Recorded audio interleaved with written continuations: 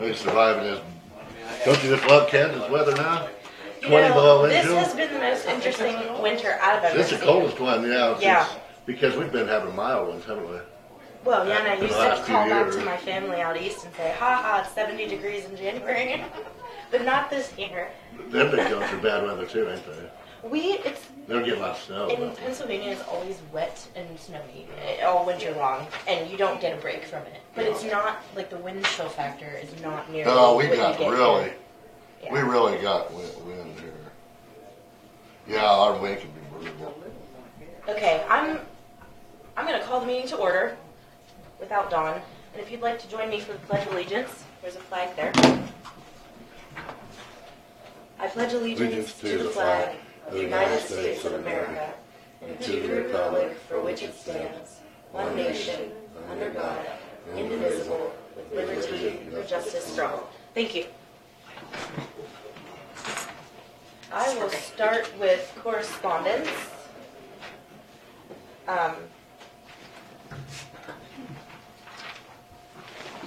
Okay, we had some ads out for board appointments for different boards. This is the ad, Okay. what we approved to send out. So I have, actually what I received here is a resignation from Leo Veneta from the Preservation Board. So that we need to address. I'm not going to read the whole thing. And then I have a letter of interest for the, I think you say it, Delia Pittard fund, and that the letter of interest is Terry Jo Heater. That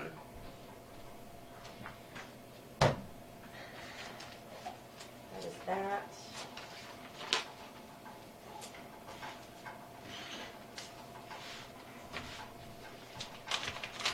Oh, and I forgot to mention, we have an amendment to the agenda. Ladonna was scheduled from 11 to 11:45 today, and we are not going to do that because we believe we may be down to a two-person commission for today.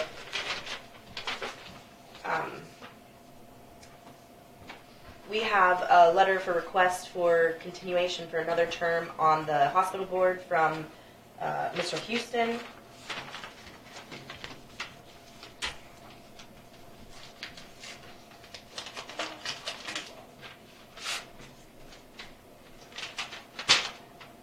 We have a letter for request for reappointment to the hospital board from Mr. Liggett.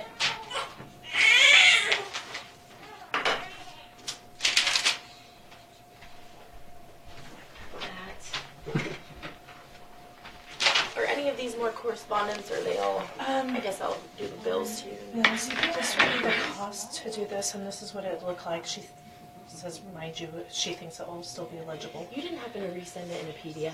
I did that this morning to her. Yeah. I don't know how to do that. I told her, I said, because she felt like, she said otherwise it could be, at first she was saying 300, but she said if I could get it in a PDF, then I could see where it actually lays out and what it looks like. Okay. So I was able to open it in Word and save it that way. Thank you. So we have correspondence from the Lincoln Sentinel Republican, the public update that we put together on the nursing home that we reviewed and corrected last week. That's the format, and it was estimated to be $138 for a print in the paper. I have one question. Well, I noticed the other day. I kind of maybe it was only on my phone when I had it open it up, but it was kind of it wrote over some of the other writing here. I think but that was on my phone. I think that's because of the formatting. The format because of the they phone. asked me to change it. I had saved it as a doc, Okay. docs, and that's just because I had But saved it in when Word. we print it, that won't be. Hopefully, No, hopefully. she resent it this morning in Oh, a PDF okay. file, Very and good. I'm Very good. That's computer fine. illiterate, so No, thank well, that's you, Dawn. fine. Thank you. I saw that on my phone that you guys sent it out. Yes, and some of those the words formatting was- yeah, they were wiped over by that. Yes. That one middle statement. Okay. Okay, we received a bill from Street Plumbing for checking the furnace at Lincoln Park Manor. The Arjo company again for battery packs and casters for something. Would that be for a bed? That must be for the lift beds. I think that's what that is. $827.35 from Arjo.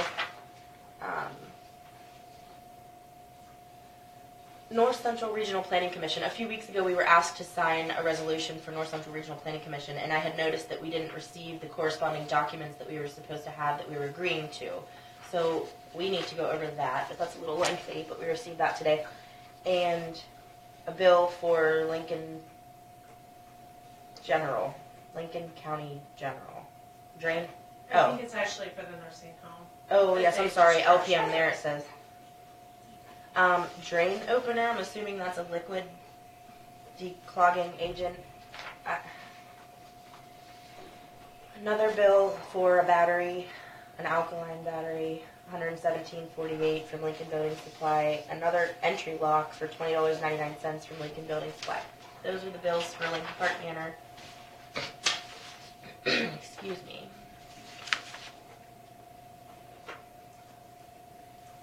You know, speaking of Lincoln Park Manor, I don't know if this is the right time to do it, but I was called like Thursday because I don't know who some inspector said it was leaking, water's leaking again in the roof? From this roof inside the ceiling, inside the facility. Like an environmental engineer, and I didn't know it was. I was out of town. I said, well, I can't be there. Anyway, but this brings up to me, and maybe you know, Alexis, since Greg Babcock left, he would go up and clean the roof off, and Terry did too. And he was now that they're gone, It's piled up. is it the county's responsibility as a maintenance for the facility to do stuff like that, go on the roof and do that, or does that fall under Grace's personnel as a maintenance person to do something like that? Because this thing's leaking, and I think you clean that snow off. But who's supposed to do this? And I don't know now if we have anybody in there to do this. And do you know? Well, I do know that in the lease, it specifically says that that the company who is renting will have a maintenance person, a full-time maintenance person, and they will notify us when that changes. So they did notify us that he was leaving, but that would be their responsibility. However, we don't want to let that go. No, well, it's the building. And I was almost wondering, this could go on, we could talk, I'll hurry up here. Yeah. But since we own the facility, it would almost seem like, why didn't Lincoln County have actually a maintenance person to really handle the facility, like the hardware of the facility? Because it's our building, and I know maybe this happened years ago, I'm sure, where they got the maintenance person part of the operating contract. Mm-hmm. But really, it's our building, and we don't want it to be damaged or something. If they don't, yeah, if they neglect it. So I brought that up. Yes, we can discuss understand, that later. and we will. Anyway, I'll go on. Sorry, That's okay. That's okay. I would say that we could approve the bills except for the drain opener, which I believe should be on their responsibility. I believe consumable products that are used and discarded of should be their responsibility. You want me to make a motion on that? No. We usually don't. We usually approve them and then, or have a consensus that. We could wait for Aldo if it's no hurry. Well, I can sign them, and I will sign them except for the drain opener if that pleases you. Okay. Fine with me. Okay. I will take care I didn't know if you wanted to. That's all we have to do is just give a signature on them for the accounts payable. Okay. And then I have 2 tax abatements. Let me read the numbers. 2018-14 and 2018-15. It is a sold truck, Chevy from Roger Stolter in the correction amount of, does it say $8? Is that what you saw, Dawn? Yeah. Okay. Yeah, one's 8 and one's 14. Okay, so a refund of $8, and then a Ford pickup sold in May of 18, and the correction is $14. So I move to approve tax abatements 2018-14 and 15. No, second. There's no further discussion. Please vote aye. Aye. Motion carried. And yeah, I'm done with this. And I have another correspondence here. Some questions that I received in writing about the senior programs mill levy. it's a question, isn't it a conflict of interest for Glenn Stegman to ask for money when his daughter works for the Lincoln Senior Center or the Council of Aging? And does the mill levy for senior programs cover employment? That's meaning, I think what this question means is we're collecting that mill levy every year. Is it supposed to be used to employ someone? And then who are the officers for the Lincoln Senior Center, and when do they meet? I can't answer that question, but maybe we could cover that later because I know we have some people on the agenda for that topic. I believe I have gone over all the correspondence that we've received. There's a workshop put on by Kansas Department of Commerce for Thursday, April 18th, 2019 in Salina. If you're interested in looking at that.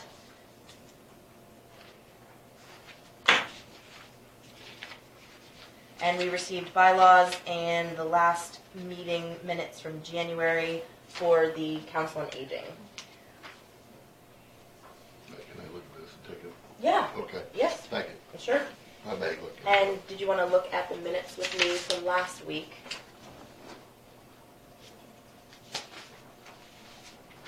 February 25th, 2019, we approved the minutes. We had Mr. Schneider in here with his attorney, Mr. Krangle. We talked about reviewing the agreement. We stated that the county counselor should look at it, and I think Mr. Krangle was going to correspond with her. The county clerk provided an email regarding the Smoky Hills wind farm repowering process. We also talked about employees utilizing county vehicles and when their work time starts, if they're clocking in from home or once they arrive at work, and vice versa at the end of the day. Highway Department talked about we did not get the high-risk rural roads grant that we had applied for last year. We talked about other counties who contract their mowing and the expense. We approved the warranty for 24 months on the 12M motor grader that we have, the oldest one. And we also talked about Mr. Schneider's proposal with the Highway Department.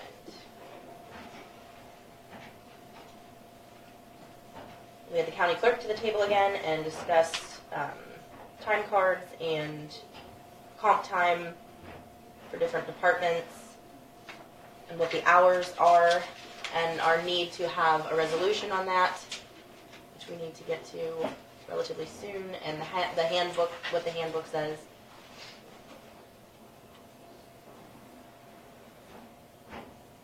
I had requested to be on the agenda for the City of Lincoln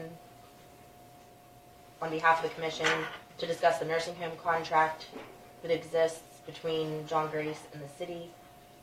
I shouldn't say nursing home, the building contract, the land contract. And that was approved, so I will be going there. What is that? Do you know what day that is or whatever? It's next Monday, I believe, right, Dawn? Is it? Because she told me I would get a phone call on the 7th, so that would be Is Thursday. No, I'm on the wrong month. It's the second meeting. Sorry. Is that open? That's, I would say open to the public. Yes, that's a public meeting. You can attend. Anyone can attend. I may, because I just wanted to visit them anyway, just as a, Right. And I may see- just come and listen. Mhm. That's Monday. That would be the 11th. Today's the 4th. What time is it? It's 6 p.m. or 7 p.m. It doesn't matter. 7, I think it's 7 p.m. And she told me that I would get my time assignment on the agenda this Thursday, which would be the 7th. Okay. So I can let you know on Monday morning. Yeah. Yeah, What I just time? like to sit, Yeah. listen, that's all, visit. Yep. So I do not see any corrections for the minutes I do not either. I think that, I'll make a motion to approve the minutes. from February 25th, 2019. Right. Second. If there is no further discussion, those in favor vote aye. Aye. None opposed. And February 28th, 2019 was our end of the month meeting. We approved payroll in the amount of $200,190.76. Accounts payable, $440,696.83. I had stated that I would forward the public statement regarding the nursing home to both newspapers, which I did. And then I asked for things to be put on the agenda for today, which would be the ambulance director interview panel, and to set a tentative date for the last week in March to do those interviews for that position, and to also review the human resource officer job description so that we can continue the hiring process there. And then we adjourned the meeting at 10:40. So we were there from 10 to 10:40 on February 28th. I move to approve the minutes from February 28th, 2019. Second. Has been motioned and seconded. If there's no further discussion, those in favor vote aye. Aye. Aye. Motion carries to approve both sets of minutes. And it is 10:15, and we have Judy Ahlvers from the Council on Aging. If you would like to come up to the table, please.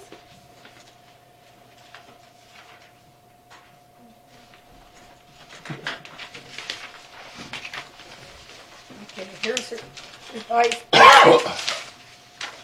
that we've done.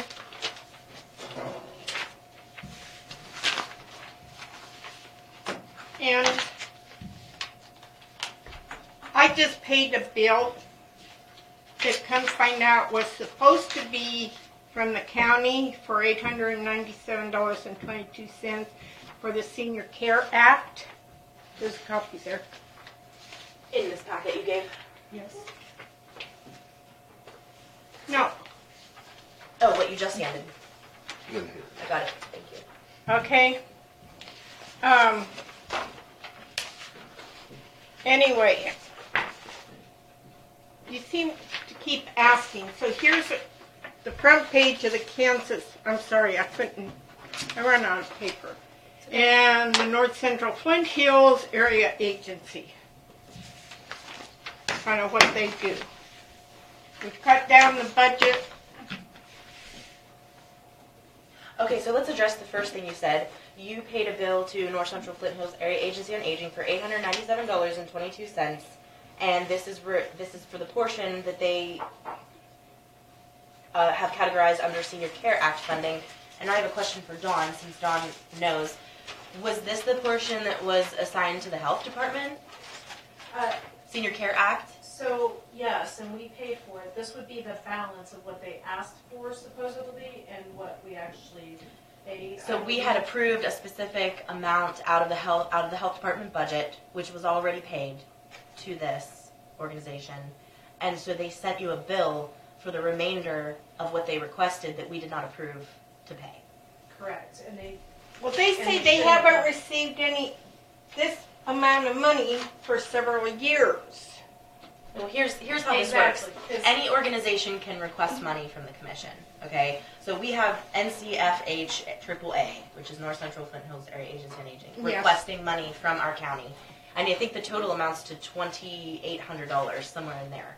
And so then out of the county budget, we approved a specific amount to come out of the health department for the Senior Care Act.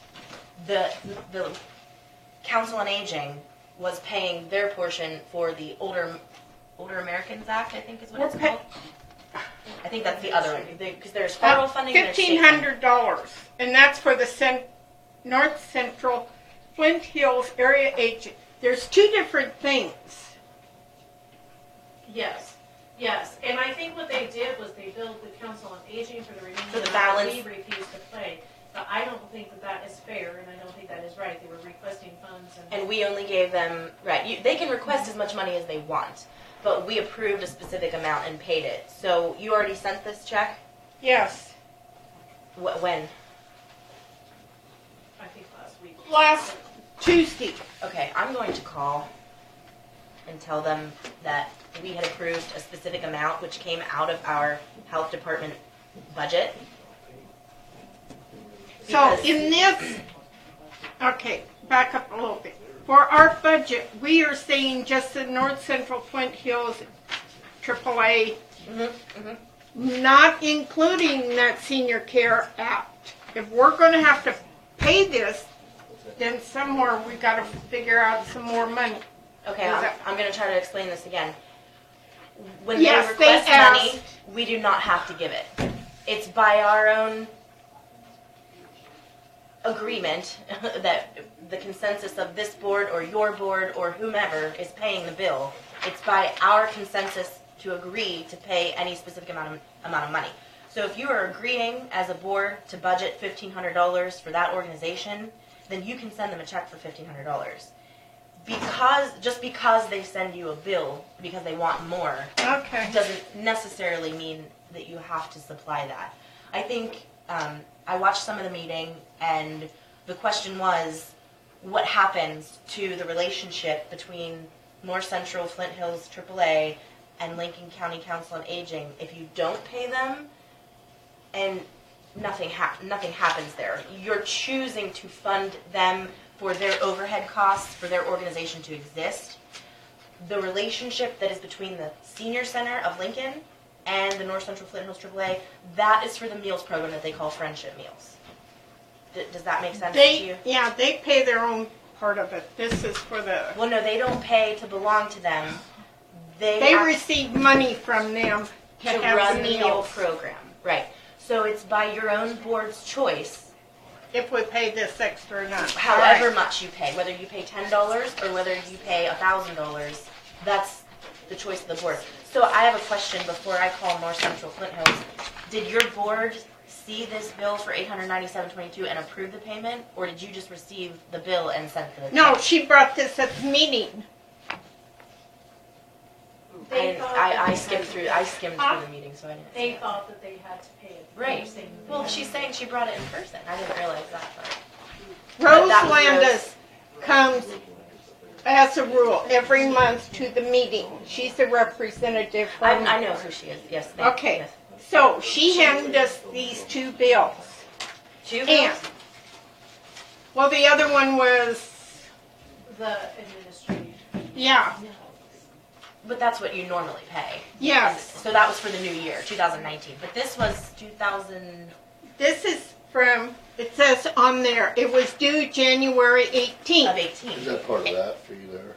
And, Yes, but she's saying this is in addition to what they Oh, budgeted okay. because this is a portion of what they requested from us that our health department already paid. Okay. What we only approved, I don't know the amount, but whatever we approved was less that. Okay. So then they came to a different organization to get their balance paid. and she kept saying how this was supposed to be paid by January 2019. And then in April, we'll get another bill that has to be paid by end of January 2020. So, Okay, I will call them, and then I will come to your board meeting. Is it the 19th, or is it the 26th? I Tuesday? can't quite see. The ninth- 26. The 26th 4 is the weeks. last Tuesday. Fourth. One, okay. Yes. Okay, just send me a message because I can't look, but I'm pretty sure we paid that in January. The 2019 portion of the health department allocation. Well, anyway, this is the budget as much as we've cut it down to this page compared to what I gave you 2 weeks ago. Okay, so now you have a total request for $30,465. And could you just give us an overview of where you've cut? You I know, see your homemaking services is cut in half. You had 5,000 the originally, bus, I think. yes. If I'm right.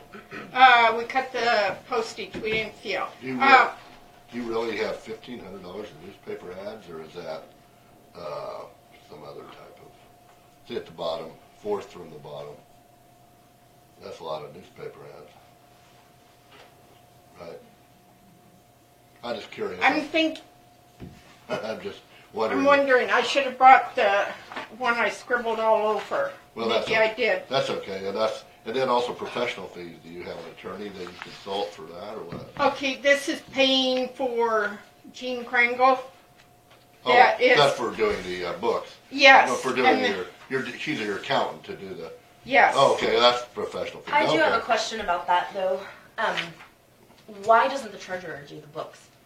If you have a board with a treasurer, doesn't the treasurer perform that? Okay, we're trying to clean up the mess that we had. And it was the end of the year, and we didn't know where to begin to start. Mm-hmm.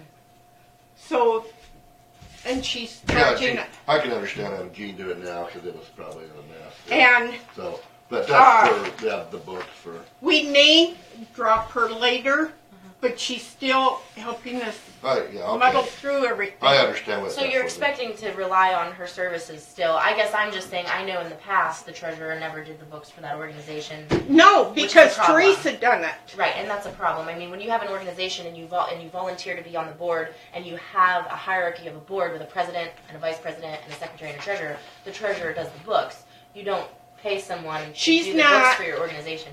Well, sometimes on taxes you may, because, Yes, and because she, we're like doing 941s and then quarterly reports and year-end She stuff. done all of That that. can get a little in-depth, because I do now, that's the art center now, actually. But do you get paid for it? I'm a treasurer, I do But get. do you get paid for Get it? $75 a month, I mean, but as a treasurer, Yeah. but I'm paying the bills and stuff, yeah. So you'll do it for them for half the amount, right? No, I don't She- do that. We I'm have, teasing. we have Miss Krangle do ours, do the tax stuff. The reason I do it too, on the tax stuff is, that was like a third party. She's the filer. She's the filer. The, Well, it's a the third preparer. party out of that's not involved with the thing, that way, that, you know, it makes it look independent from us as an organization. Okay. But I can see why you did that. and last time he says, why the telephone? Okay, we need the internet, because right now, Yeah, Ego is using the senior center for promotional reason, and at any time they could pull it. And You then, mean they're giving it to them for free? yes. So, for the council, we have a phone and the internet. yeah. And we aren't real sure, we still haven't gotten an actual monthly bill without signing up, and so we're guessing at this amount. Well, that's understandable. 100, that's like 120 a month, and that for phone and that's reasonable probably. So my only question is about the budget. And we cut Going out- back to what we had talked about last time, and as I said, I skimmed through the video, so I didn't watch from beginning to end the whole thing, but did you, it's my assumption that you didn't, but did you talk about the ability of the senior center itself to employ this person that you're employing so that you don't have the double overhead and that a dollar amount could be worked into the senior center budget?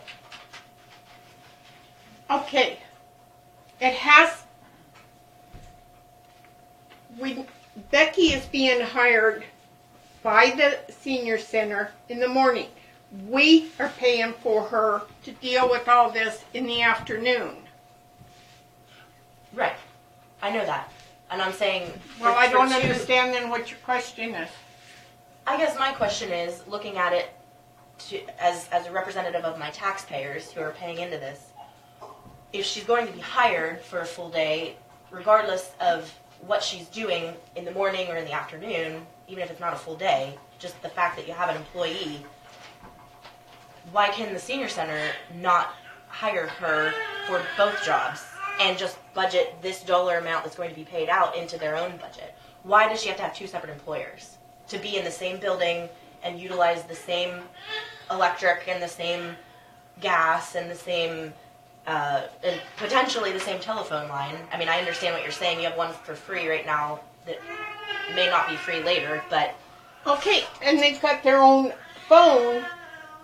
I don't know exactly who pays the senior center. But people call in for meals there. If they want some help, they call the senior center number. Okay? And what I understood from the Manhattan, that we had to have this divided. She couldn't be doing all one thing at one well, time. it's our own county money, so they can't really tell us what to do with it. I will say that. I mean, if we're going to pay her out of county money, then another third-party organization has no control over that. Because she cannot deal, to work for us in the senior center, she cannot deal with any money, okay? Where she collects money for the meals.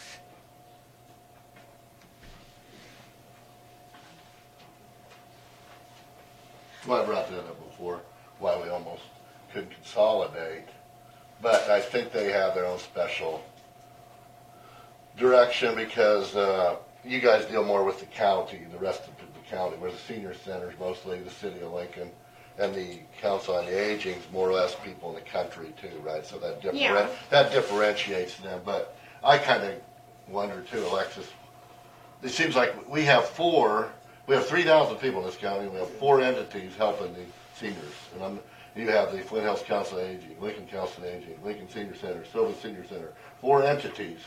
And for 3,000 people, and how many of them are elderly? 1,000? So, and I'm not against any of them, but I just don't know, do we need all them? Can we consolidate them? Just to make things work more efficiently, and maybe save a little money too. And okay, do you want to do away with the Council on Aging? No, not necessarily. I just don't understand why we have my opinion, have you ever read the Articles of Incorporation for the Council on Aging? Have you read them? The Articles of Incorporation for the Council on Aging basically state that this group is a lobbying group. So if you meet monthly and brainstorm as volunteers that run a board, you don't necessarily have to have financial transactions where you hire an employee. There's a difference there. If you're facilitating programs where, I'll just use the example of the Lincoln Senior Center facilitating the meal program, they're hiring people to perform that function. The Council on Aging in the past, the only justification that they've had for facilitating a function was SHIC. And that is actually a volunteer opportunity that anyone can participate in. Then why didn't you question Teresa? She got paid to do Ma'am, this. I questioned Teresa and she accused me of stalking her because I had this very same question. And I was taken to court over this. So I did have this question multiple times and years ago. So what I'm saying to you is if there's still a need to hire someone to answer the phone and to potentially make a trip to someone's house, my whole standpoint is, why can't the senior center facilitate that? It already exists. It has its own building. It has, you're not paying rent. It has its own bank fees for its own bank account. It has its own postage line item in its budget. Okay, we're paying rent to help them with the utilities for the room we've got and to keep heat in there. And $100 a month we don't feel is outlandish. The county is already paying for that, though. We're already paying for the senior center's budget for them to exist. Then we're paying this other group to pay them rent to be in that building out of the same mill levy fund. So that's my concern. Compared to when Teresa was here, we have cut the budget greatly. And here, we never once, none of us, heard any questions about the budget at all when our meetings came up. Never. I've been on here for 3 years. I was on the board for a year and a half before, and never has this been brought up. We cut the budget as much as we can. Well, I appreciate it. My question is, why can't the senior center facilitate? They would have to be here to help answer. Yeah. They aren't. Yeah. So, I can't talk for them. Yeah, we know. You got your budget's good and you've done well. We're not really attacking you here, and I don't think that ain't the issue. I think the issue is it seems like, what does the senior center provide that you guys do differently? And I know obviously they have food and services. I don't think it's what do they provide. I think it's what can't they? What can they not do? That And what do you has been already guys done? provide that the senior center doesn't do? Can you tell us that? And I'm not against you guys. I'm just asking questions here, and you maybe are justified. I'm just curious on this. I'm new. We learning had on this. someone just wanted to sign up. We had the information to give them for Medicare, how to contact Social Security. Okay. What else did they do? But Becky's going to do that. Becky's got correct? couldn't. Yeah, I know. Well, see, Becky's got to do both, senior center and you guys. So she's really going to be both in charge of both of them. You have 2 operations, and Okay, we'll let go of the what ifs or what could be. What I want to know is, what is your plan for your savings account? You guys reported $47,000 to us last time. what is your plan for the 47,000? And I'm asking that legitimately because it was already given to you by the commission. So if you have that in your bank account, you're asking for another 30,465 for your overhead for 2019. What is the plan for the 47,000? This is going on whenever you come up with your budget. No, I'm asking what is the plan for the 47,000 in the bank? If your budget for 2019 is 30,465, what's the plan? What is the LCCA planning to do with the 47,000 that's in the savings account and CDs, checking account and CDs?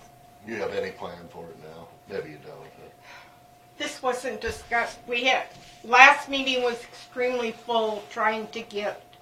okay, so in other words, you really don't have any plan for it right now, and that's still just out there, right? We're So- trying, every time we come up with an idea, we've been shot down by somebody. Yeah. So, I don't know. So that's, We need to bring this back. Okay? well, no. I will talk to the North Central Flint Hills AAA about the bill that they sent you. And I think maybe the next thing that the Council on Aging should do is read their own articles of incorporation and talk about what I'll that. try and find it. Yeah, you can find it on. I found it online. It's a public document because you For incorporate the Lincoln? for the LCCA. Okay. Yeah. Thanks for Thank coming. you, Judy. Okay. On the agenda, I have County Attorney, Miss Jennifer O'Hare.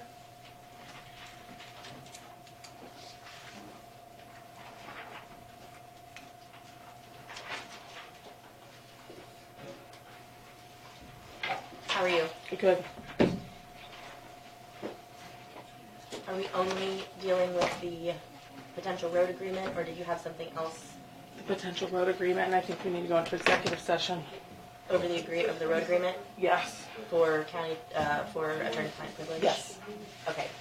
So would To preserve that. Would 10 minutes be okay? I think that's fine. I have you on the agenda only for 15. I'm sorry, we're 5 behind, but. I think we can do it in 10. Don't Okay. worry. Okay. I move to enter into executive session for 10 minutes for the purpose of discussing potential road agreement with Mr. Schneider and Mr. Krangle pursuant to KSA 75-4319 2B number 2 for consultation with an attorney for the public body or agency which would be deemed privileged in the attorney-client relationship, to reconvene in the courthouse basement meeting room. I'll second that. We have a motion and a second for the executive session. Any further discussion? All those in favor vote aye. Aye. Aye. Motion carries. I think I'll You be need to go out? back. Okay. I'll be back second. Yep.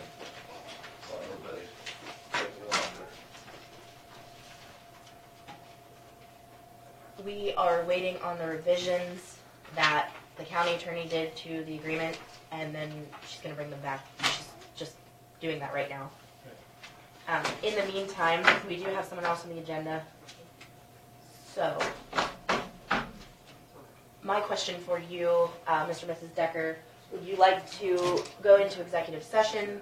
Because technically, if you would like to reveal any personal medical information regarding your question about the ambulance situation, you may have an executive session. If you just want to discuss anything financial and not discuss anything related to the medical situation, any private medical information, then we can do that in open session. Probably executive session. Okay.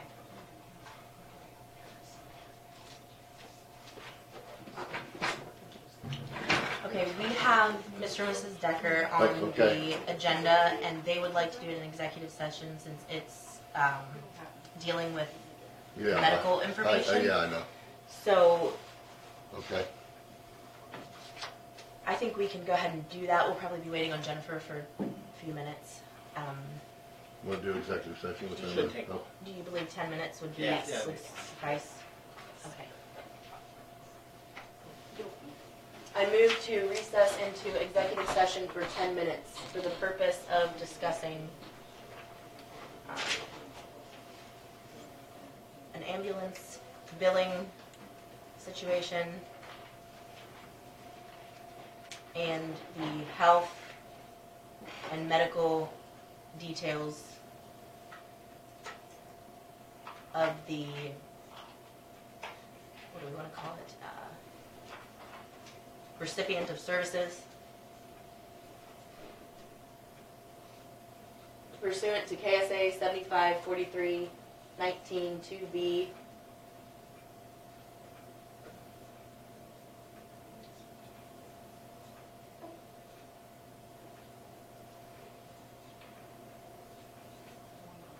Number 10, I believe, to discuss matters relating to patients and providers permitted to be discussed in closed or executive session.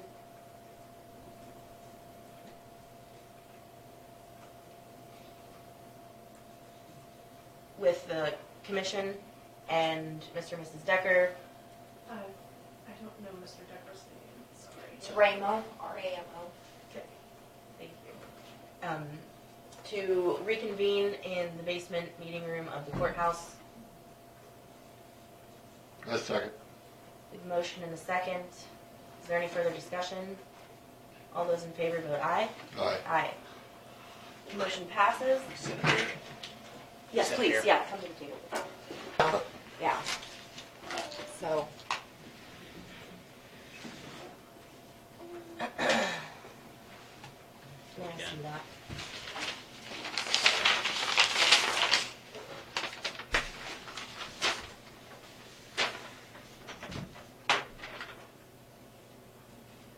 I think she needs that too, I'm pretty sure. This was- signing papers, so Yeah. we can talk about it. Since she's 18, I Oh, don't know. okay, because it was her information, yeah. But if we want to get the money from her, good But it's luck. your bill, it was She's a college Right. kid. billed to you. Yes.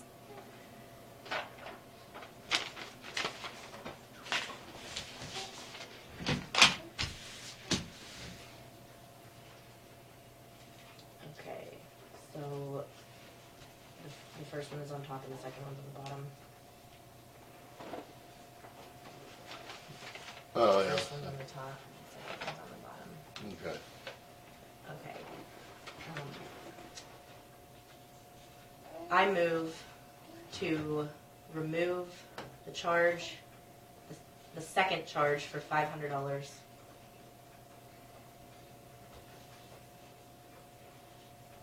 on account number DECKER 2409, claim number 46.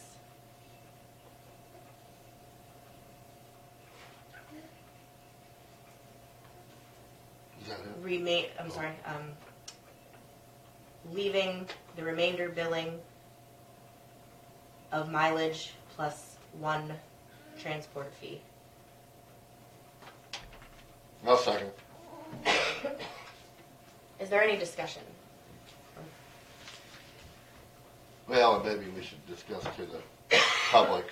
We've had the Decker family here had, daughter was ill and had an emergency from Sylvan, thinking going to Salina, but stopped at Lincoln and then re-entered, stabilized their daughter, re-entered and went on to Salina, and we're wanting to claim that. And I seconded it, and Alexis made a motion to count this as 1 billing instead of 2. So I second that, and that's what this is about. Comment? Not that I'm disagreeing with your decision here by any means. I just don't want to set a precedence because this is something that happens on a regular basis because insurance says you will transport to the closest facility. So that's how we get paid by insurance if we go above and beyond the closest facility. And I will, I'm I completely understand. fine with what you're doing. I just don't want to set a precedent. And we did talk about that. Can I ask a question? Yes, sir. And that's fine, I understand that. When I was on the understanding, I was there when they called the ambulance originally, that we were gonna go to Salina, but there was a wreck on the interstate, it was a bad storm that day. And the weather was bad going Right. south out of Sylvan. Right, so Salina's not the closest facility, Right. but that's where we were going originally, but you said we're required to stop the closest? We're required to stop at the closest appropriate facility. Now, appropriate is up for debate. So originally we were saying Salina was the closest appropriate, Well, and then we changed it. We, as an ambulance service, never said Salina. The doctor at the facility said Salina. As the patient got worse coming this way, because we came down 18 Highway, we made the decision to stop to stabilize.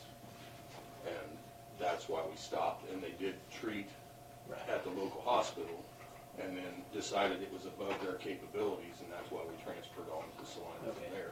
But it was to stabilize, and she was much better after the stabilization at the local hospital. I just given warning to the commissioners that we don't want to set a precedence by doing this. I'm completely fine with what they're doing for you guys. If she would have been fined from, or stabilized, say, leaving Sylvan, they would have never stopped at Lincoln probably, right? And would have kept going to Salina. Well, but that doesn't really make sense, because if the patient was more stable than they were, That's how it works, though. but you would stop then, because you wouldn't need as much acute care at a different facility. So the idea was, they thought they were originally getting a life flight. I'm sorry if I'm divulging too much information here. I just wanted to be clear that there were extenuating circumstances. It wasn't just, oh, please take me to the hospital. It was, the doctor had said, and is it not patient's choice of where they go in that kind of...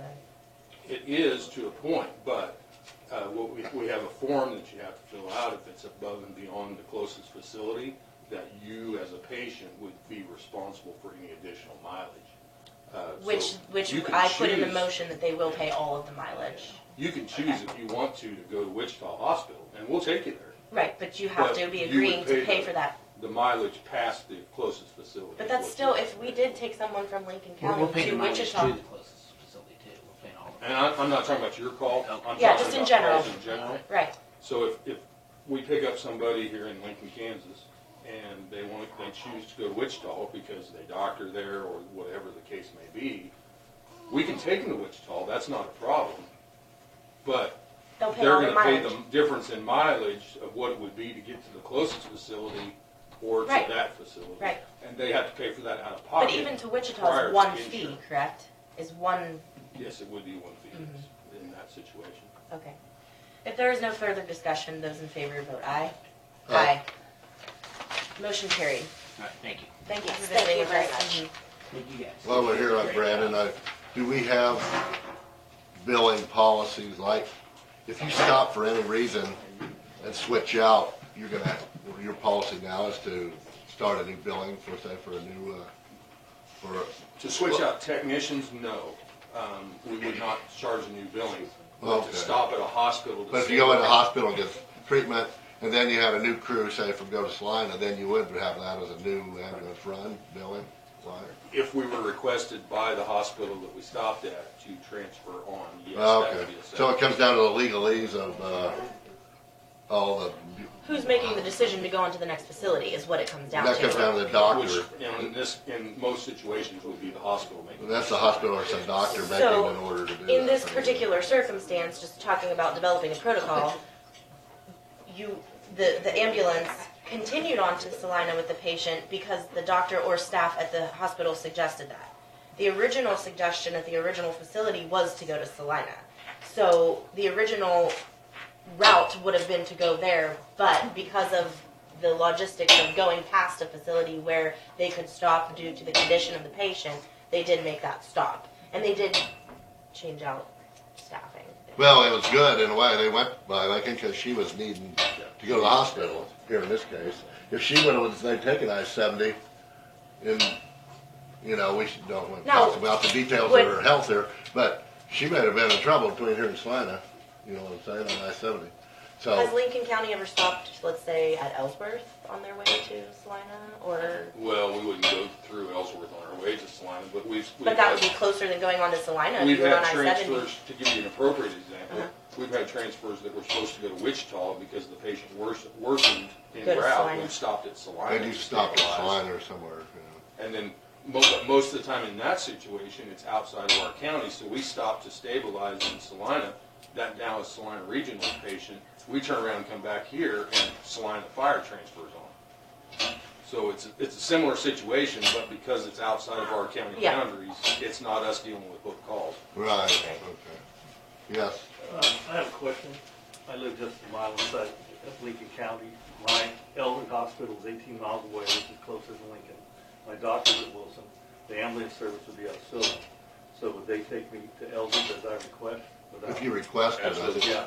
They'll take, Brandon, isn't that correct? You'll take them where they request. Absolutely. Well, and what he was saying is if we're going to bypass the closest facility mileage-wise, you do fill out a form.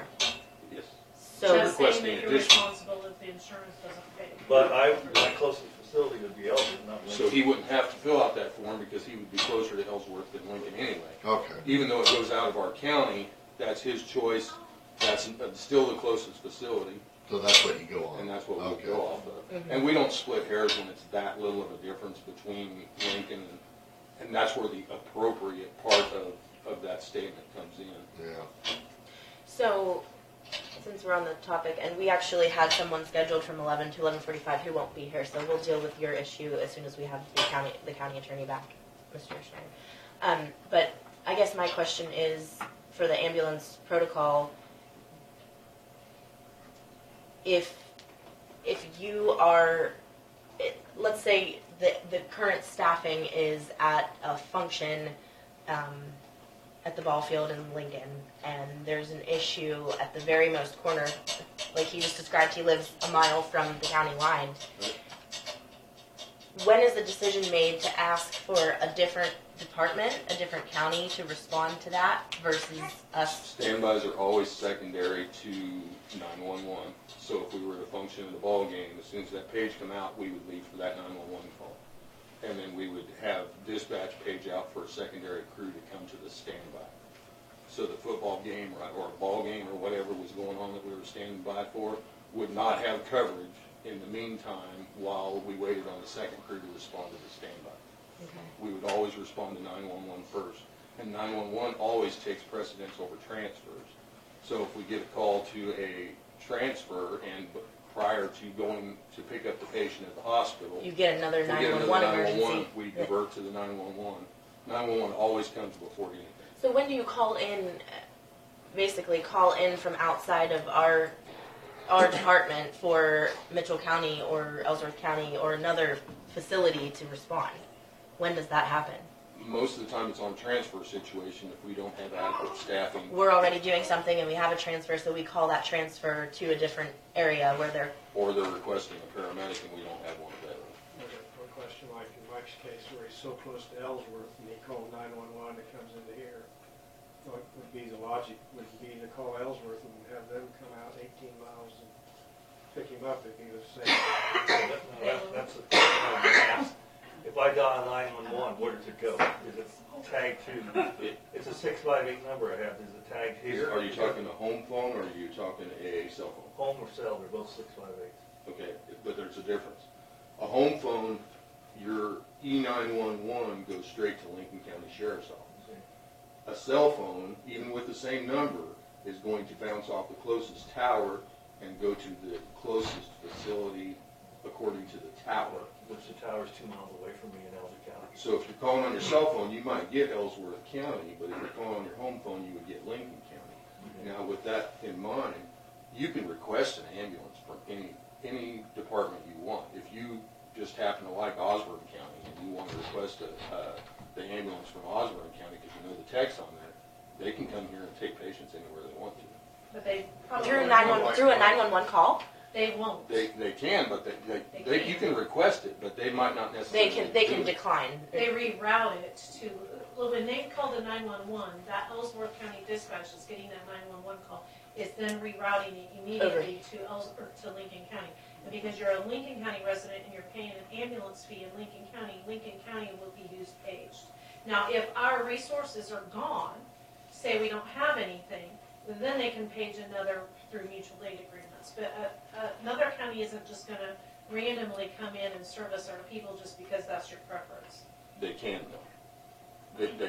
They shouldn't, but they can because they're not receiving the tax dollars for it. But the mutual aid agreement basically states that they will respond in need, not out of request. Right. Okay, thank you Does for that that. help? Did it answer your question? Yep, it does. Okay. The only other one is, I've got a 658 number like Mike does, but I live like 30 miles north, so. So are you like on the border of Lincoln and Mitchell Yeah, County? that's right on the border, Yeah. right on the line, Mitchell, Lincoln, and Osborne, even Osborne and Russell were kind of in four corners.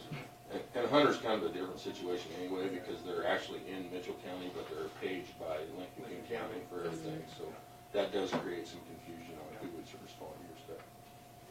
Thank you for the discussion on that. I believe we're going to move on with the county attorney and Mr. Schneider's.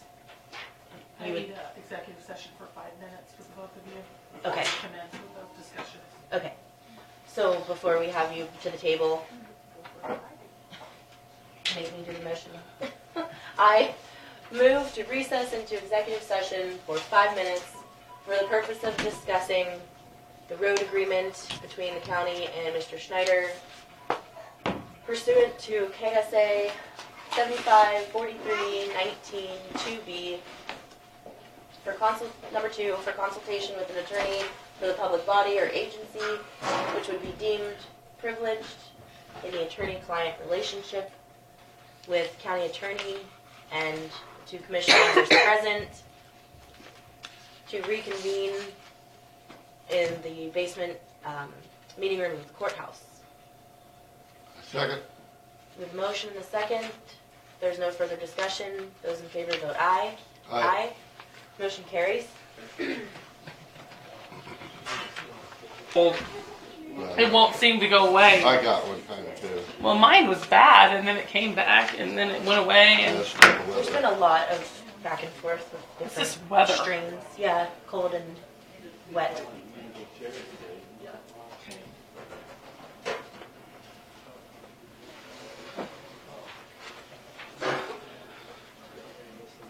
I guess I could still sit up here. Yes, please. Yeah. Dawn, are you ready? Yep. Okay. I move to approve the settlement agreement as amended by county attorney this day, March 4th, 2019, between the parties of the county and Mr. Schneider. Bob, there's some changes to this based on my discussions with the commissioners. One of can do this, that in which is discussion. that Fairweather Road, the all-weather road that we talked They can about. discuss that in discussion if you want a second. I'll second. We have a motion and a discussion, or excuse me, a motion and a second for the settlement agreement between the county and Mr. Schneider. Now, is there any further discussion?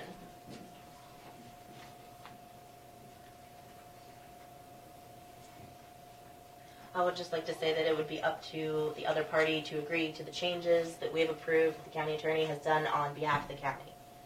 So if there are no further questions at this time, I'll take a vote. All those in favor, aye? Aye.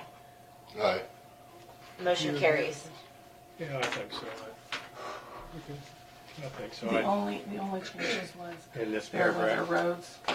because we don't have any all-weather roads except. Because for all asphalt. weather could mean asphalt. I did She talk to gave the a highway good department, they would like to definition. be out there tomorrow to do this, but there's 3-foot drifts on the road. I know. So while this doesn't mean this means something, but for them to set a timetable, I think you and them need to be in communication. Yeah, you know. And I've asked Bob and Michael to do that, so that you're apprised of it, and once that dries out, I think that that's what's going to be happening, Yeah. so. And this is what, the 3 inches of gravel, that's kind of what was Yeah. in the other thing, and Yeah. I'm fine with that. But they said based on what the road is now with the drifts and things, they don't think they could meet the Oh, it's just- timetable that was set in there. With this weather, now, man. And if we don't have a wet spring, but I think we're all a little bit hesitant about that It's gonna because be wet for all spring because. when there's a bad so winter, much there's a moisture bad in the spring. ground. There's nowhere to go. And those springs are opening up, that's gonna be Yeah. muddy from now till June. well, and there's some water issues up Yeah. their way, which has contributed to this problem anyways that they're aware of. Well, when it warms up a little bit, that road's gonna thaw out, and it's gonna be just a Oh, soft, it's a molly mess. Yeah, we mess. know that. I mean, it's I gonna know. take a little time to, Right, Yeah. and so I think that was the only reason for that. So I guess I would just encourage you to maintain contact with the highway department because they realize that this is a priority and they need to get it done. And once the payment is made, Yeah. if there's any problems, we just need to be known about it. So, Mr. Krangle, do you have any comments on this right there? no, Steve is satisfied with it? I think so. I think it's, do what we need to do, and Was that, you got any other input on this or what? And you Like communicate. I liked your ideas before where you blend something with the gravel to make it Well, better. trying to blend the gravel, yes. Yeah, you know, that to be a better product is only. Well, hopefully we can do that. Yeah, hopefully. Sometimes they can't always do I that. know, That's I been that understand one, that, yeah. so. Oh yeah, blend it if we can get sand and rock and with that clay.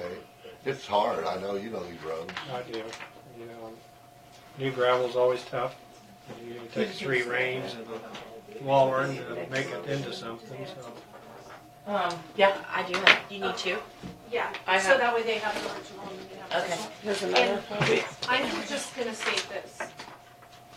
The highway department isn't on the agenda because I didn't put them on the agenda. So okay, I I follow. apologize. I have them on the paper agenda, but apparently I did not put them in the computer. So that is my fault.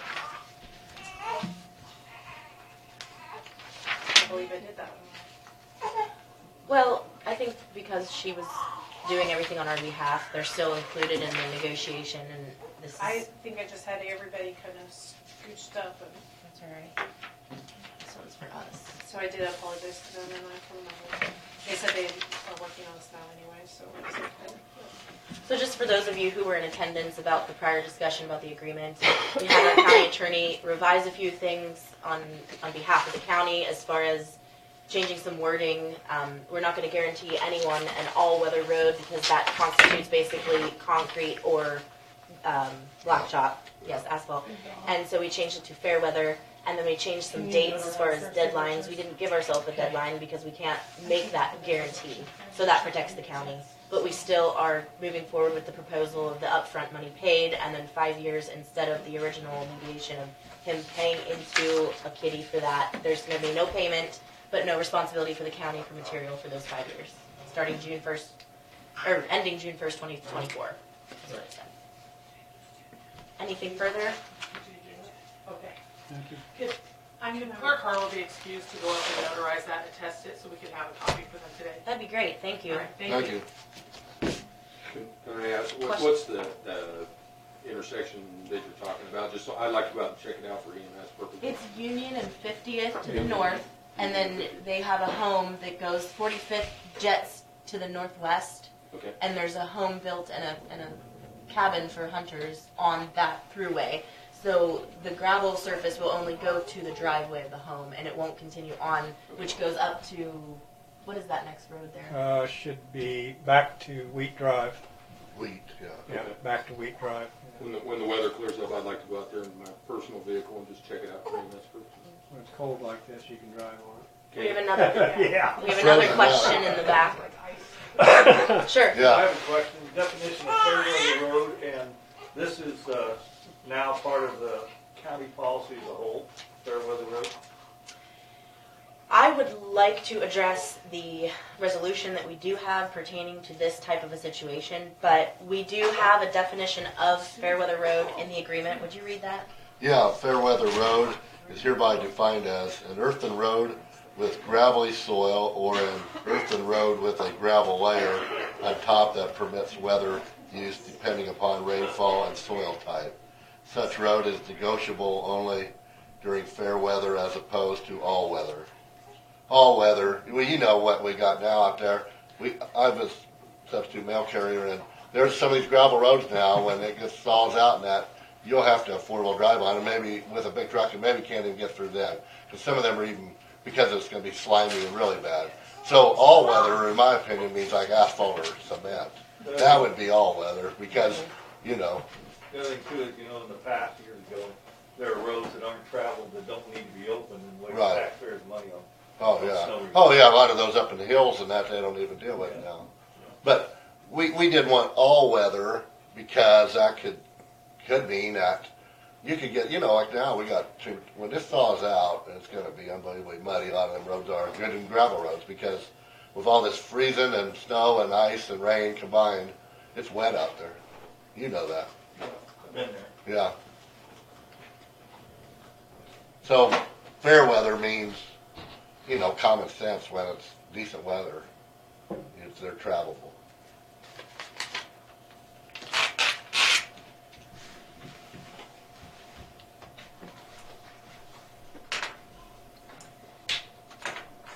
Thank you. Yeah, thank you. Next on the agenda at 11:45, which gives us 15 minutes, would be Dan Heina from the Noxious Weed Department. I would suggest that we take a 15-minute recess unless someone has something they'd like to discuss at this time. If not, I just wanted to ask about the applications for the EMS director. well, we're going to have a discussion. I'm sorry, I don't know if you're here on your own time or not, but we are having a discussion at 12:15 to 12:30 on the interview panel for that situation. Would you like to just I'll just wait till then. come on that? Okay, come on that. Thank you. Who's the next one on your scheduled The, agenda? Here's Mr. Heina right now. oh, I guess we can squeeze you in if you're ready now. Are you ready for that? You just ruined my recess for 15 minutes. I was gonna. We could take one. You want to take one for 5? Yeah, let's do 5 minutes. We're gonna do if- 5. If no one objects. We'll be right back. Okay. Okay. Again? All right, we're going to continue with the meeting. We have Dan Heina here from the Noxious Weed Department. I wanted to say good morning, and I Morning. left you packets with She gave us. that was going to kind of give you basically an update of what's been going on with the weed department for the last, year, Okay. and what we're kind of looking at for projections for this year. Okay. If you kind of follow me along on the packet, it's the state actually requires the Noxious Weed Department to have all of the goals of to treat noxious weeds within the county. It's the commissioner's responsibility to provide budgeting and so if we go along on as far as like my job description is on the next page as far as the weed supervisor shall consult and cooperate with the state division. So there's a lot of things I have to do to meet state regulations with licenses and continuing education and the goal of the weed department is to work towards the control and eradication of noxious weeds. Not so much as we're not really required to spray the county right of ways, but it's something that's been kind of incorporated into the job. But Well, that's interesting. I've never read this part before. Under D, it actually says the county commissioners, with the aid of their weed supervisor, shall make by February 15th an annual weed eradication progress report. So that's what you're talking about. And But we've never really been part of that process since I've been here. yeah, and that's correct. And I've usually just basically do that, myself, and I've prepared it today. A lot of it is with the budget, our expenditures, revenue. Actually, reported of they give us a lot of sections to be surveyed for weeds, and we're required to report the acres back to the Kansas Department of Ag on that. So I have it prepared today, and it's an annual progress report for the year. It's basically for last year, and to meet job approval with the state, I have to have this done every year. Right. So, okay, just saying we have to do the government aid registration, then we're actually a pesticide dealer. And then we have to have I have to have a commercial pesticide applicator license, and I'm currently current on all the licenses. I do have a question about that. Yeah. We've been having the highway department spray. Is We that have, permissible to have that be done under your license? as long as he's underneath my direction, I'm able to contact him by phone, radio, or within, contact. Now, Okay. it does Do we put have my one license person in. doing that? Or do we have The multiple? highway department's had given me one person for the basically spraying summer months, and then they have covered the salary, the wages of that person. Now, if he would happen to, cause a liability issue, it falls back on my license. So, You gotta be careful there. yeah, well, What are your and the other thing, I mean, I've trained him, I've given him, supervision and all that, but Yeah. it's one of them, he actually isn't licensed. We don't, What employee is doing that? Emmett Howe is the one that was done it last year. But it's been different. It Well, hasn't been- yeah, the last think couple we should- years before that was Dwight Watson. Last couple years before that was like Joe Schultz. I mean, it's kind of changed throughout. You think the they should years. have a commercial pesticide applicator license? My biggest thing is I don't really have a lot of time if I'm going around. I'm at this time, I'm spraying west of Highway 14. He's spraying east, which is 2/5, 3/5.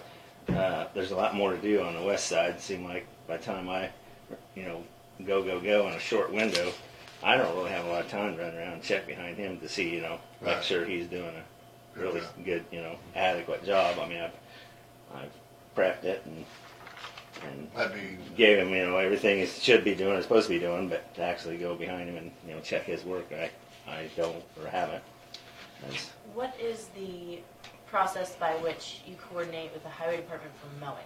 for mowing. Usually when I'm out like spraying, I'll let the area grader man know that I'm in his area. If there's a way he could avoid that, we've run into this problems in the past where, oh, no more to spray it. They'll either come along and mow it, which does defeats the purpose. yeah, it beats the purpose of it. Yeah. But then they got they're I ran into a couple of deals before about a lot of the weeds are in that first 3 foot in the windrow, and it seemed like they'll come along and grade it right as soon as I'm done, or within a day or two. Is there a way you could So- coordinate schedules on when they're, I When told they're them, grading versus I'm when gonna be you're in that spraying. area, yeah, and then they're like, they've got. Say a lot of times it's rain and we're both going, when it's drying out. So they're like, well, it ain't been bladed for quite a while either. So there needs to be some improvements on that area, but I can't really say. maybe you could what get the- with them and schedule, like when you're scheduling spraying, they wouldn't be mowing. And I'm You could probably get together and work out some schedules on areas on and that. I've done that calling in before, and it's always one of them. And darn, he's mowing, or 2 days later. Have you been shown the program that Yeah. the highway department, Mhm. is it Mobile 311? What do you Yeah. think about that program as far as I'd being able recorded some things on it. It's just one of them. I'm not sure everybody's on the same page about it. Well, I'm not asking about employees' feelings. I'm saying if you, as the supervisor of the weed department, let's say, how do you feel about that particular program's ability to help consolidate your responsibilities and organize them on a digital format? It'd be a way to, notify them of a problem area, more for them to notify me of a problem area than Right, right. they're Because on- the person who's on that route knows Right, that right, route, yeah. whereas you're just visiting that route temporarily. And I don't have a problem with checking that every day and find out, if there's problem areas. I mean, I know the routes. I've been doing it a long time, and I kind of know where where I need to be, all the roads and everything. But it all comes down to one of them. How much are we going to spend, or how much, budget do we have to take it to the next level of? I mean, we're doing all we can with what trucks and personnel we have right now, with 2 of us. I mean, we got 2 trucks. And, So maybe I'm jumping ahead in your packet. okay, yeah. The Okay. budget? Well, anyway, I drew up a page here that says 2019. It's kind of a annual noxious weed management program, a plan. It's something kind of generic. I've stuck to it about every year, but it's glance at it or whatever real quick. But I mean, we're using all of our available resources, and we're spraying approximately 1,000 miles, on both sides of the road. So you're talking, we're getting 1,500 miles on the general broadcast spraying. So we're getting 1,500 somewhere in there every year. Now, if you're going along, you don't see any weeds or any noxious weeds, you don't, you not spray then, or you still spray every day? We've been Irregardless. spraying it solid. The general application, the first application usually is in May to June. Do you And spot, that's mostly just spot spray where And the it's- problem's bad, or do you spray No, every part I of the road? spray it total. You spray all the Yeah, roads? I spray all the roads. You just yeah. go drive and It spray? not only doesn't seem like the noxious weeds are a problem. It seems like your kosa, Oh, kosher, pigweeds, sunflowers, pigweeds. yeah, pigweeds always big time. Sure. Yeah, so So I just flipped forward to this 2019 bid sheet. Do we not have bids yet? I have not. Okay, that was my question to the highway department. I suppose he maybe forwarded that question on to you. Okay. Yeah. I just had some questions about that. Yeah. I And- know, I saw the comparison you did over the last couple of years of what we've spent on chemical total, and I had some questions, and this is not my area of expertise by any means, Okay, so okay. you Yeah. can talk to me like Well, I'm as far done. as on the bids, I've kind of based it off of what our usage is the last couple of years.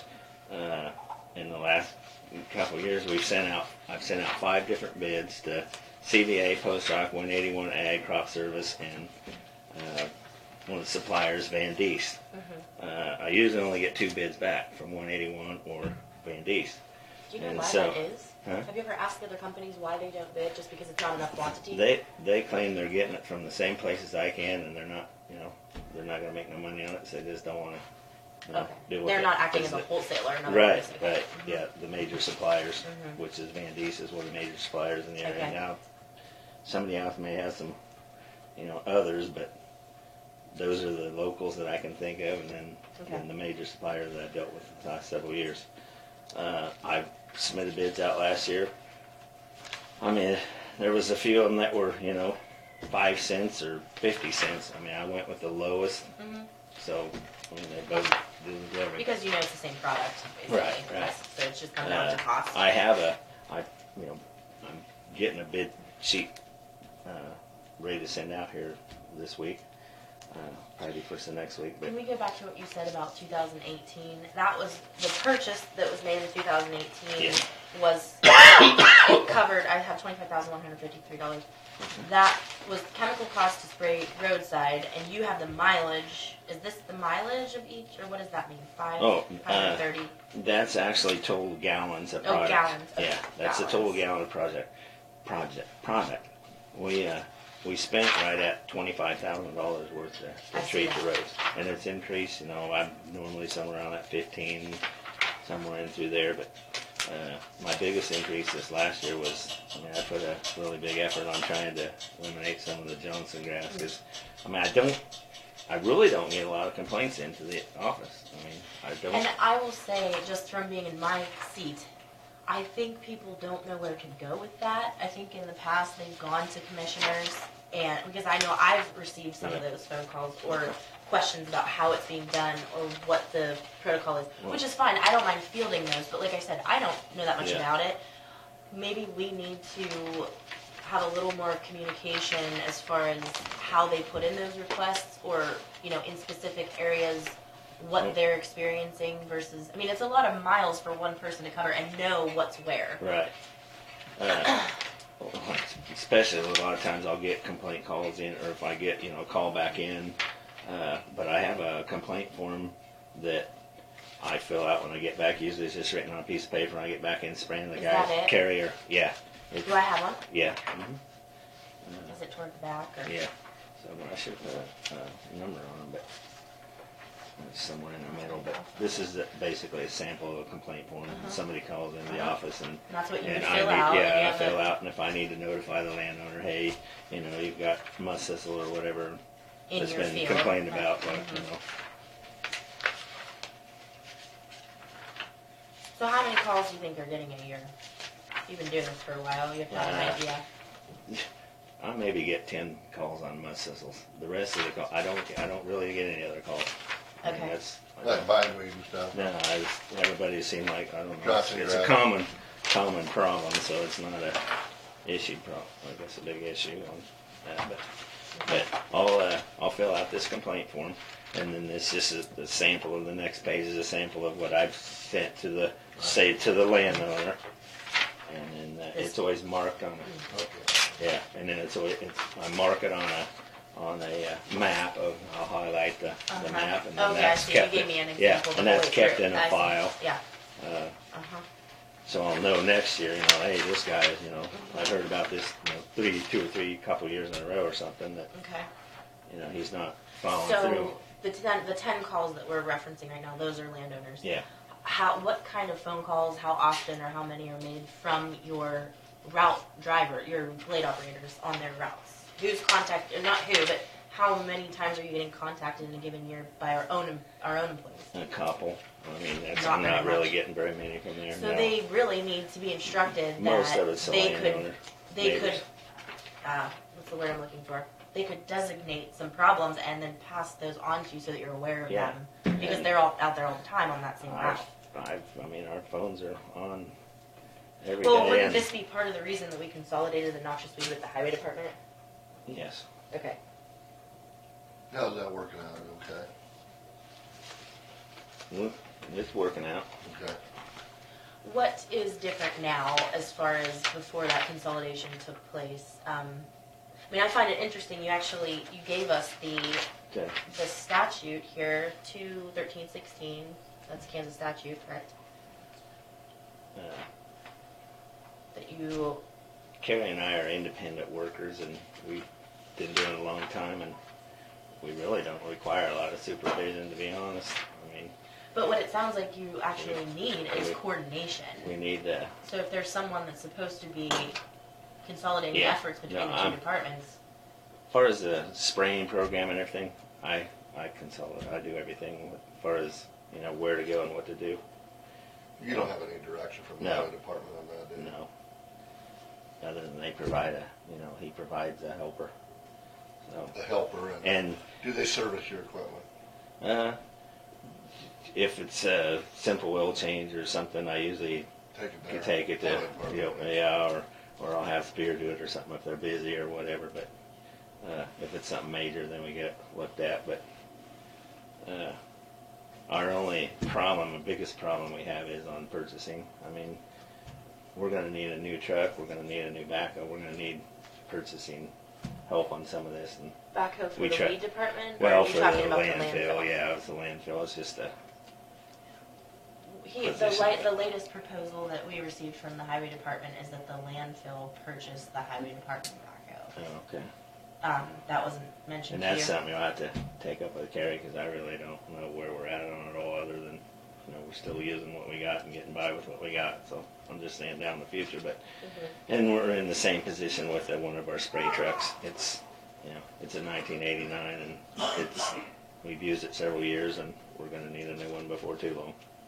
So is there an educational class that, so for someone like me, if I became an equipment operator and I got into a blade, I mean, I know what Johnson grass is and I know what pigweed is, but let's just say, is there a class where you can learn the specifics more about that? There's basic schools that you can attend to try to obtain your certification. I got a That's certification for farmers. the whole idea of it. They teach you pretty good on this when you get this license here. But as far as where I'm going with this is not necessarily to be licensed, but if our blade men aren't giving you notification often, as far as, hey, I was on this route and this is where all the Johnson grass is spreading. I mean, I've had a lot of complaints about Johnson grass, so I'm just going to go with that one, okay? And it's like, well, by the time it heads out, that's when they send the mowers through, and then the mower spreads the seed and shoots it clear into the field.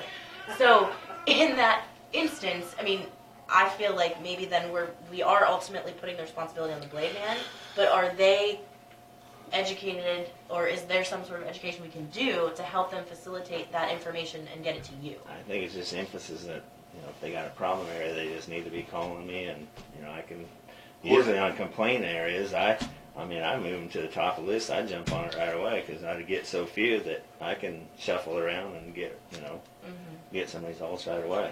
They don't coordinate with you too much now, huh? The blade people saying, hey, there's Johnson grass over there. Yeah, that's kind of what it comes down. I mean, they're busy with their routes and doing their thing. So. Well, he said he's getting approximately 10-ish phone calls from the landowners, but less than that from our own highway department. Yeah. And you talk Johnson grass. I mean, as far as comparison and everything, I mean, I realize it's seem like become the more we do on the broadleaf weed spraying, the more we're eliminating the root competition for the Johnson grass to grow.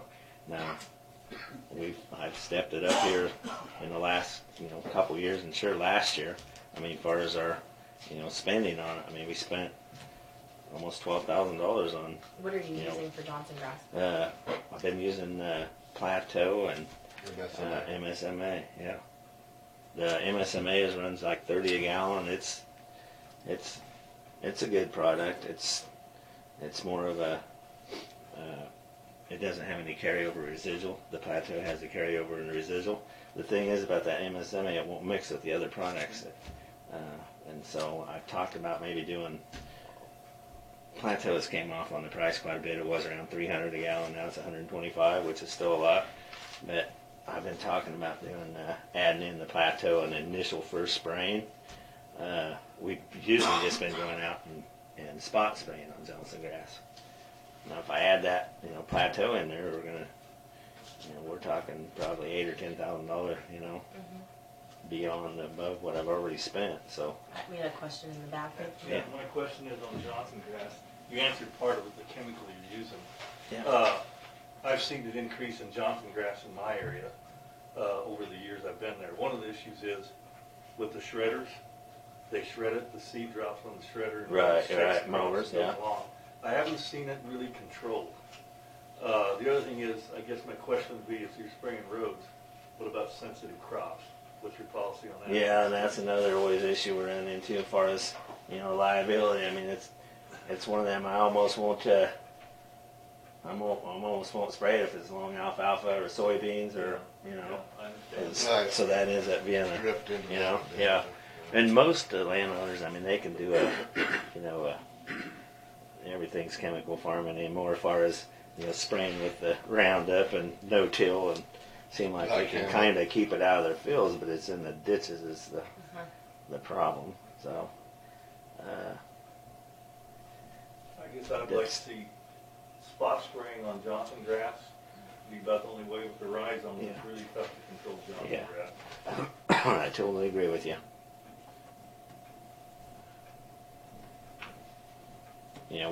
We basically run out and do a complete broadcast spray and then come back in usually middle, later June, July, somewhere in there, and go around and hit the areas with Johnson grass. I do see, as far as in areas where Johnson grass is only as wide as the mower. I mean, you'll look out and it's not past the mower, so we're suppressing the brome grass, and that time of year is a warm season grass on the Johnson grass, so it seemed like it'll be in the mower width and not beyond that mower width a lot of times. It's definitely a hard one to control. So. Yeah, you can just try to. You're not going to get it all rid of. We're it, not. but you're gonna, Saying you can kind of just stabilize it so it doesn't spread more. That's really about it. Right, and that's why I said if I have a complaint in a focus area, I'd rather put our efforts into that area as opposed to being out on some off road that nobody. It's not a high priority, I guess. What's that other chemical you use on Johnson grass besides MSMA? Plateau. Does it have a drift problem? It has a residual. Well, they'll all wind drift, but it doesn't volatile. Like MSMA doesn't hurt much or nothing else, but would plateau? It would kill other crops. It would hurt like alfalfa or beans, huh? Yep. If it would buy it. Yep. With the You got to be really careful. It doesn't volatilate, which means it doesn't produce a volatile gas to move off with the wind. Yeah. It doesn't or does? Doesn't. Oh, that's good. Doesn't volatile. Not like your, Not like esters. Bando or- Yeah, bando esters. Yes, yeah. Or, 2,4-D. Okay. But I guess we still have some inventory. I'm gonna go ahead and send out those bid sheets. And then I'm here today, like I said, to get the proposal signed to get to the Board of Ag. These packets are for you to keep. And then you made a mention and I about put- purchasing, the back is the landfill, but you said about a truck. Is that your spray truck? Right. It- And what is your proposal there? I haven't put any figures together on anything other than it's going to be something we've got. At the time, we have $40,000 left over in capital outlay fund. Are you saying at the end of the year? It sounds like a lot. Right, we did. It sounds like a lot of money, but a one-ton dually with a spray rig and everything. Riley County just set one up and it was over $100,000. But That's brand it's new, just I something assume. we're going to have to think about. Maybe not this year, but for sure in the near future. The trucks I got now, we're going to try to get by with them again another year. When you get a spray truck, do you but just buy a regular truck and then outfit it yourself That's with what we spray did. equipment? Yeah. You don't buy it already set up as a spray. I haven't been able spray to actually find one that's set up and ready to go that's not wore out. I mean, you can get a lot of field sprayers, but roadside sprayers is a different. Yeah, right. So you buy it, you just get a truck and then you set up. Add on You got the- booms on it and stuff? No, it's Just- it's boomless. Boomless, Yeah. but you got like side sprayers? Yeah. That shoot Yeah. into the Yeah. ditches. Shoot out the right side. And you can adjust those with nozzles Yeah, or up and down nozzles. adjustable type thing? Yeah. So you want us to sign something? on Yeah, this I have to today? have you sign off on that. Whoever do that. Submit it into Board of Ag. But, and our spraying is all, once we once we complete an area, it's all, it's marked on a map. And then it's also, we're doing GPS, so everything's You GPS. got So, GPS yeah. logged. Uh-huh. Now, do you put anything down in the fall, like we do, like for pre-emergent stuff, which would hopefully, like you would put pastures with like Tordon, so you kill I put kill Tordon the out in thistles in the certain trees areas and if bushes. they're a problem area. Yeah, and also Yeah. like you would do like And any other pre-emergent type stuff. Well, I did in the that. fall. I did that plateau, and Oh, you it's did? so For- we'll for- be kind of curious to see how it turns For out. Johnson grass, Yeah, bindweed, and for Johnson grass. Yeah. you don't have too Yeah. many problems with like musk thistles in the road. No, not really. Yeah. Just a few areas, but like I said, as far as the spraying goes, everything's mapped and GPS. Now the GPS really don't follow it along a whole lot, other than if we last couple years ago or whatever we had a complaint and we went back and looked and no, we didn't spray by that area, so it kept us. It's a backup for a liability issue. I mean, it ain't So is something. that the same GPS program that the highway department is using? They've installed it, so And that's all coordinated yeah. under the same program.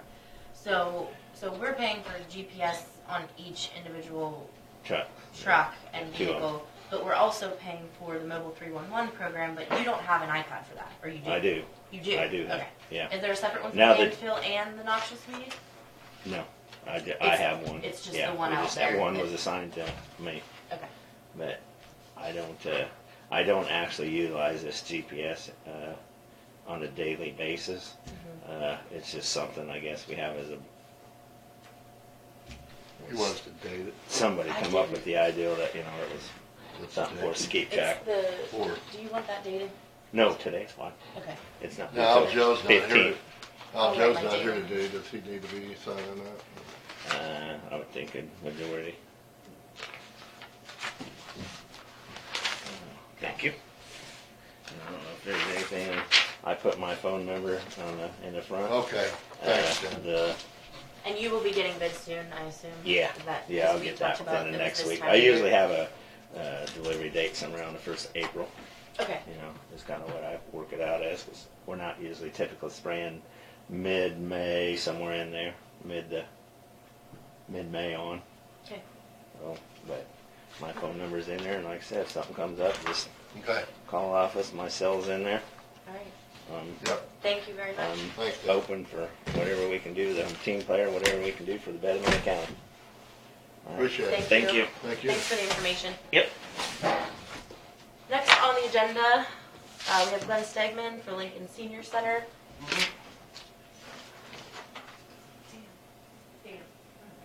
Dan.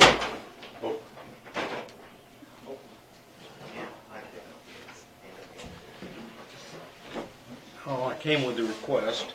I know at the last meeting they were said there was like $14,500 left in the 2018 budget. And I was just gonna request $8,500, which would make ours the 31.5 that we usually get. Is just basically what I From meant. last year. From last Because, year. Yeah, we that ain't was done the this year. missing amount. Yeah, that was a missing amount, you know. This next year, that's up in the air. You're at Senior Center Board, right? Yeah, I'm Who else I'm is on, treasurer. who else is on that? You know, because that came up today earlier. Deb. We're just curious. Deb Ortiz, Oh, yeah, she was here at the meeting. yeah, and Jolene, Oh, yes. Mhm. me, and then since forgot her name. Well, I did. Yeah. It's no big deal if you didn't know. Kathy Moss was, but then she went to the Lincoln County Council on Aging. Okay. So I don't think we've replaced, we got a meeting this month, so I don't think we've Okay. replaced anybody. Well, that's fine. Okay. So it's just a four-person. I think there's one of them, but we ain't met for so long, can't answer your question. How do you not do monthly meetings? No. We How, don't- how do you? Annual, Just one annual meeting? yeah.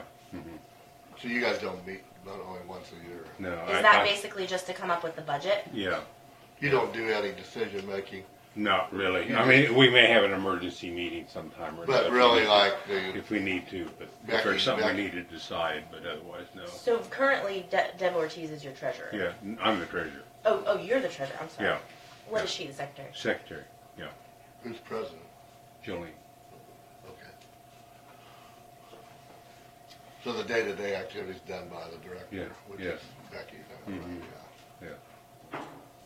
Do you pay bills and payroll? Is that what the Yeah. treasurer Mhm. does? And you do that monthly, and you don't need to have a meeting to get board approval for your And I make a report every month and give them to.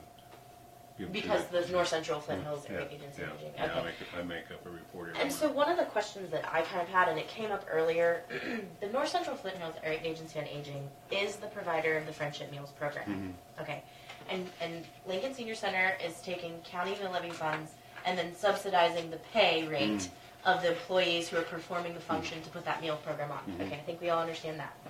Now, the North Central Flint Hills Area Agency on Aging is requesting dues, so to speak, for lack of a better word. But Lincoln Senior Center isn't paying any of that, correct? So those dues for that organization right now are being paid partially by the health department and then by the Council on Aging. The health department is not paying for the dues. The health department is just paying for the Senior Care Act fund, which the county Yeah. generally used to pay for, and we moved it into theirs so that they wouldn't lose their grant funding. Right. They needed to increase their spending in order to be able to continue the grant funding. And the health department at any time can contact North Central Flint Hills AAA and request their services for any of their clients. So there is a give and take there between the health department. They're available to be able to use as far as a resource. I guess my question is, there's a lot of confusion about what the relationship is supposed to be between North Central Flint Hills AAA and the Council on Aging. So the fact that the Council on Aging is paying them and doesn't really have a direct resource through them other than someone attends their meetings, wouldn't it be more appropriate that if there's going to be a fee paid to this organization, that it would come out of the budget that is designed for the senior center, who is facilitating that relationship? You could, I guess. I mean, it's just been this way for I understand. ever.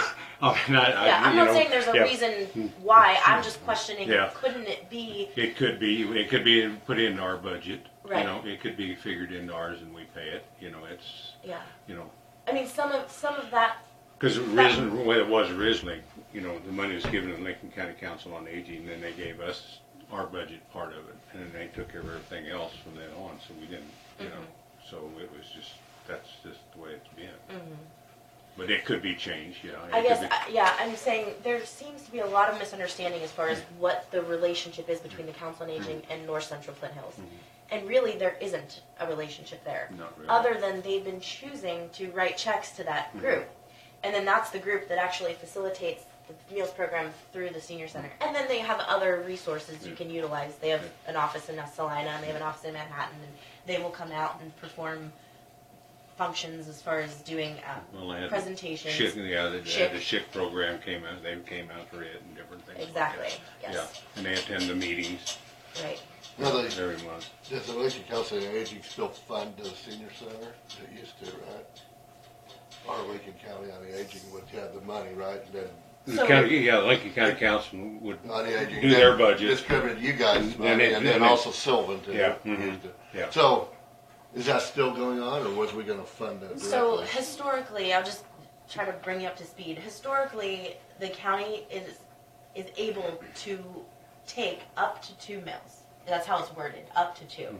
So in the past, it was always just the 2 mills, whatever that dollar amount ended up to be. And then the county would give that to the Council on Aging. The Council on Aging was presenting a budget that included their expected disbursement to the 2 senior centers. Okay. Now, over the years, that 2 mil that had been repeatedly distributed to the LCCA ended up 100,000 of it in a savings account.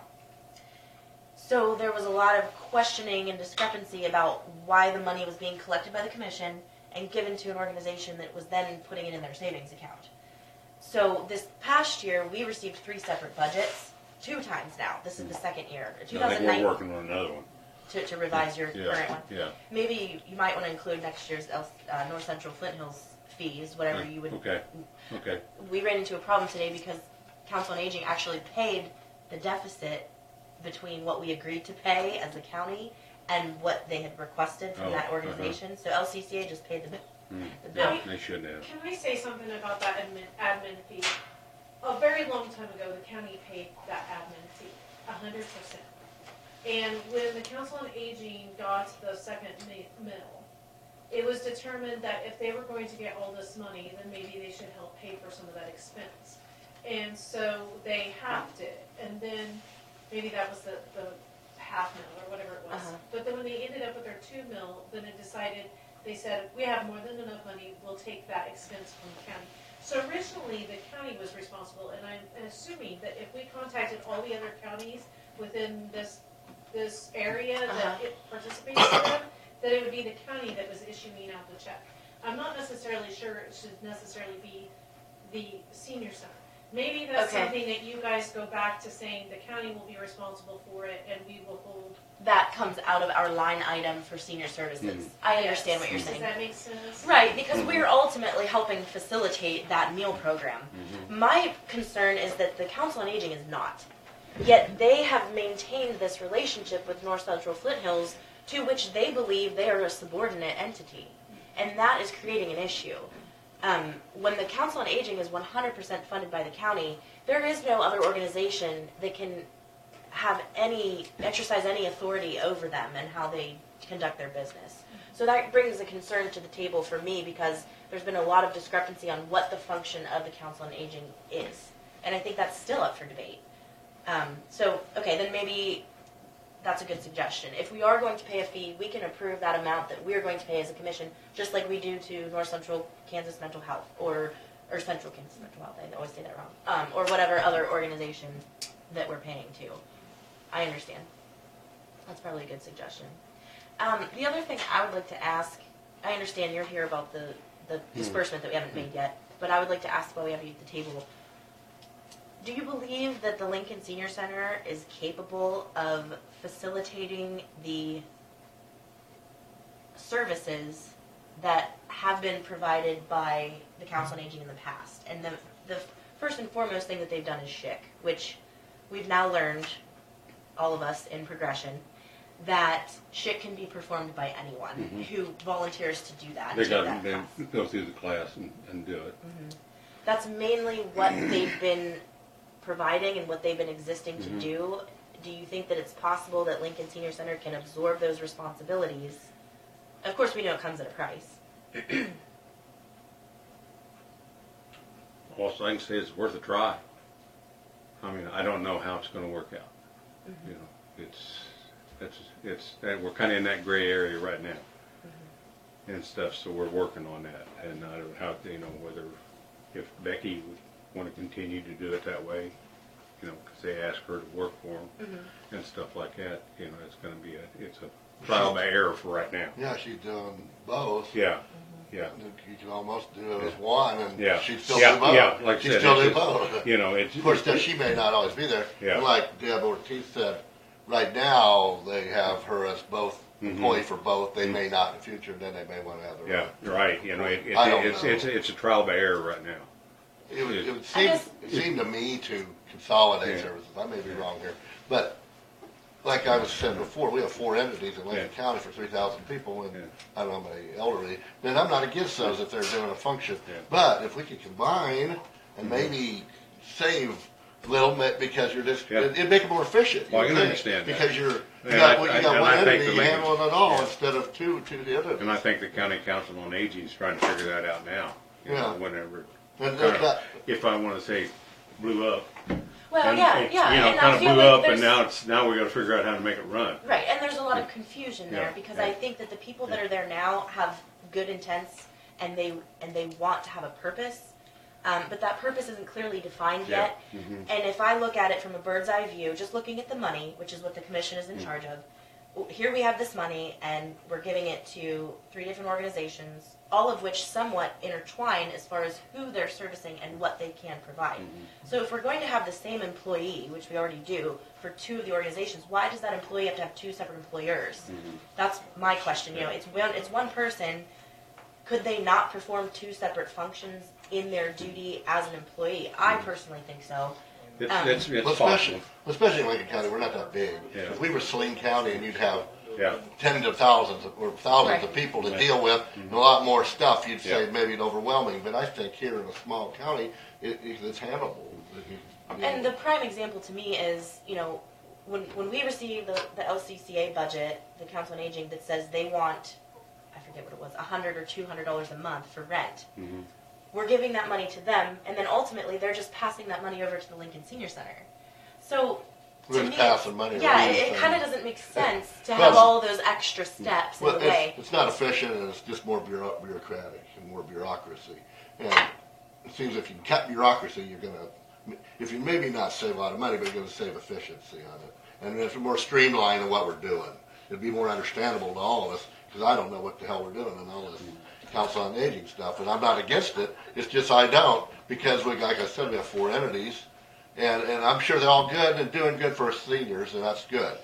It's just, why do we need 4 Well, entities? And honestly, the Lincoln Senior Center has continued its meal program successfully. The Sylvan Senior Center has grown in its organization, but the Council on Aging has had resignations and quarreling and funding problems and hoarding pockets of money. I mean, there are a lot of issues with that particular board in the past. That, again, this is, I feel like the people who are there now feel like it's targeted at them, but they're new in the seat. I'm talking about the function of the board as it has Been evolved. prior. Right. I mean, there have been just so many questions, unanswered questions, and contention. If the senior centers are functioning healthily as they are, then they can have that responsibility and that extra money. And actually, the way I see it on paper, we could save everyone a mill out of the 2 mills. 1 mill could literally be distributed between the senior centers, by which they fund their own functions and service outside of the city. It doesn't just mean Lincoln is Definitely on. something to look at. Yeah, I mean, We should think about it. Yeah. And Oh, you yeah. don't have to I'm make- not. Yeah, no, and I'm, yeah, it's just, it's a good discussion, and maybe Yeah. eventually do that. Yeah. I agree with you. Yeah, it can Now, maybe see, the now point Sylvan, I don't know what they wanna kinda be on their own over there, don't you, guys? We're a senior center in Lincoln County, just like any I other. know. I will make a comment about the SHIC. When I started on Medicare, I had an individual from Salina drive directly out to see me personally. That's all he came out for. It was free. Mhm. And there's people around that can come Yeah. in and do the SHIC. And- Karen May came out and did ours. I and think North Kathy Central Moss Foothills is can find those scheduled. people for you. Yeah, I think Kathy Moss is eligible to do that. She's Okay. Yeah, I think Did the class of she did the class before. I mean, she hadn't certification. done it for a while. Mhm. But I think Kathy Moss is eligible to do it Mhm. and stuff. So it's just, and I don't. Well, and I would figured- remind people, I mean, we pay for this building. This is a public building. If someone was uncomfortable going to the senior center, you can always meet here in the courthouse, this basement meeting room, or if you talk to the clerk's office, you can find out what available space there is at any given time if there's some reason that they can't come to the facility. But I find it ironic that we're funding 2 separate groups that house in the same building who are swapping money back and forth. One other comment on the Medicare. One of the greatest things about Medicare is no matter who provides it as a company, the policy is the same. Now, my wife picked up a book from Ellsworth County Courthouse. It had all the companies that provided the The coverage plans, for certain plans, and you can just go right down the list and look at the different price ranges, and it varied. who had that Uh, compiled information. it was from Kansas, state of Kansas. It's Yeah. just a state. It was a book about probably 30 pages long and explained each policy too. Okay. And you should So be that- able to go to health clinics. Yeah. And that would Yeah. go right along with the SHIC counseling because Yeah. that's the breakdown of Yeah. the information. Okay, well, I know you're here for the funding, and I do think we should disperse the 2018. I would not like to do 2019 Yeah, without well, the no, full commission here. yeah, I read just, because like on our budget, we showed our accounting, we was $8,000 short. How much do they want? It's 14.5 that we have reserved, Yeah. and they want the 8.5, which leaves 6. Yeah, Who would that go to, Sylvan? so, That's what I believe. We should Yeah. just get rid of the 18 money yeah. between the senior centers. Then we can deal with How does Because ours, 2019. with the 85, that'll make us a total of 31.5, and that's fine. Because last year they submitted a budget for 31.5. Okay. They only got, what was it, 15 and 8, we got 23. 2 separate Yeah. disbursements. Yeah. And this would 23. be This would fully be. fund your Yeah, budget from mhm, there. yeah. And this 6, So is did that, you pull this 85? Because I saw that your budget was something like $50 Yeah, or something. So did you pull that money from your savings to finish out the Well, rest of the year? that's when my account's lower than it's ever been. But I'm saying you Yeah, use yeah, personal or yeah, private money from yeah. the senior We- center it- to it- fund. Well, your- we've always had a small balance, I mean, like $10,000 to $12,000 at the end of the year. So I'm digging way into that now. I'm getting into that now without this $8,500. So do you pull out of and it's, you don't have, as a private organization, a 501c3, you're allowed to have private funds that you get through donations and fundraising. So you don't have to tell me what the dollars are, but I'm just wondering, do you pull out of those funds for anything in particular that you do at the senior center separate from the mill levy, or do you just keep that and you run everything off of the mill levy? Everything that involves the meals comes out of the mill levy. Okay. If we do work on the building. You've or used whatever, the other funding we that you have. use the other funding that we have. You own the building, right? Yeah, yeah, if we have to do repairs or whatever. But the 10,000 that you've kept in the checking account, that's been mill levy money? I mean, that's not something that you deposited in there? No. It's Yes. just been what you've had extra left over from past budgets? But I did Yeah. see that that your last year budget was calculated within $50 of what you spent. So Yeah, I find yeah. that very impressive. Yeah. I move to disperse the 2018 withheld mill levy distribution for senior services in the amounts of $8,500 to the Lincoln Senior Center and $6,000 to the Sylvan Senior Center. I'll second. Is there any further discussion? All those in favor say aye. Aye. Aye. Motion carries. Thank you very much. Thank you. But you may set plan on the future of Oh, yeah. discussions with the Lincoln Council on Oh, Aging. yeah, yeah. And I know, with the $100 that we get right now, they're the ones that came up with that. And we should maybe discuss it with Becky too, Yeah. because she's the Yeah. director of both of them now. Yeah. Her input on this, Yeah. if it'd be feasible for her, and Yeah. maybe ways to You know, deal yeah. with it. Maybe it isn't a good idea, I don't Yeah. know, but we can discuss it anyway. Well, I think what we need to stress, the Council on Aging at this point feels very disheartened because they want to do something, but I have been questioning what it is that they want to do. Like today I asked what their plan is for their savings account and they don't have one. I think what needs to be stressed, I told them to look at their articles of incorporation because it specifically says that their job is to go around and find out what the needs are. Then they, as a group of volunteers, come to you and your senior center, come to us in the commission, or come to the other senior center, or even North Central Flint Hills, and they, as a group, say, these are the needs in our county. They don't really need money to do that.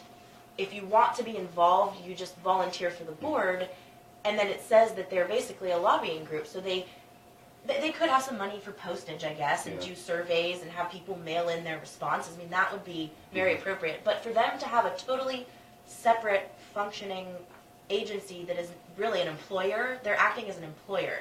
And I have a concern with that because we already have people that are able to employ the same people in the same buildings. So, Yeah, I understand. yeah. Yeah. And I'm going to try to attend their next meeting because I Okay. had some questions about that bill. Okay, thank you. Thank you. Bye. Okay.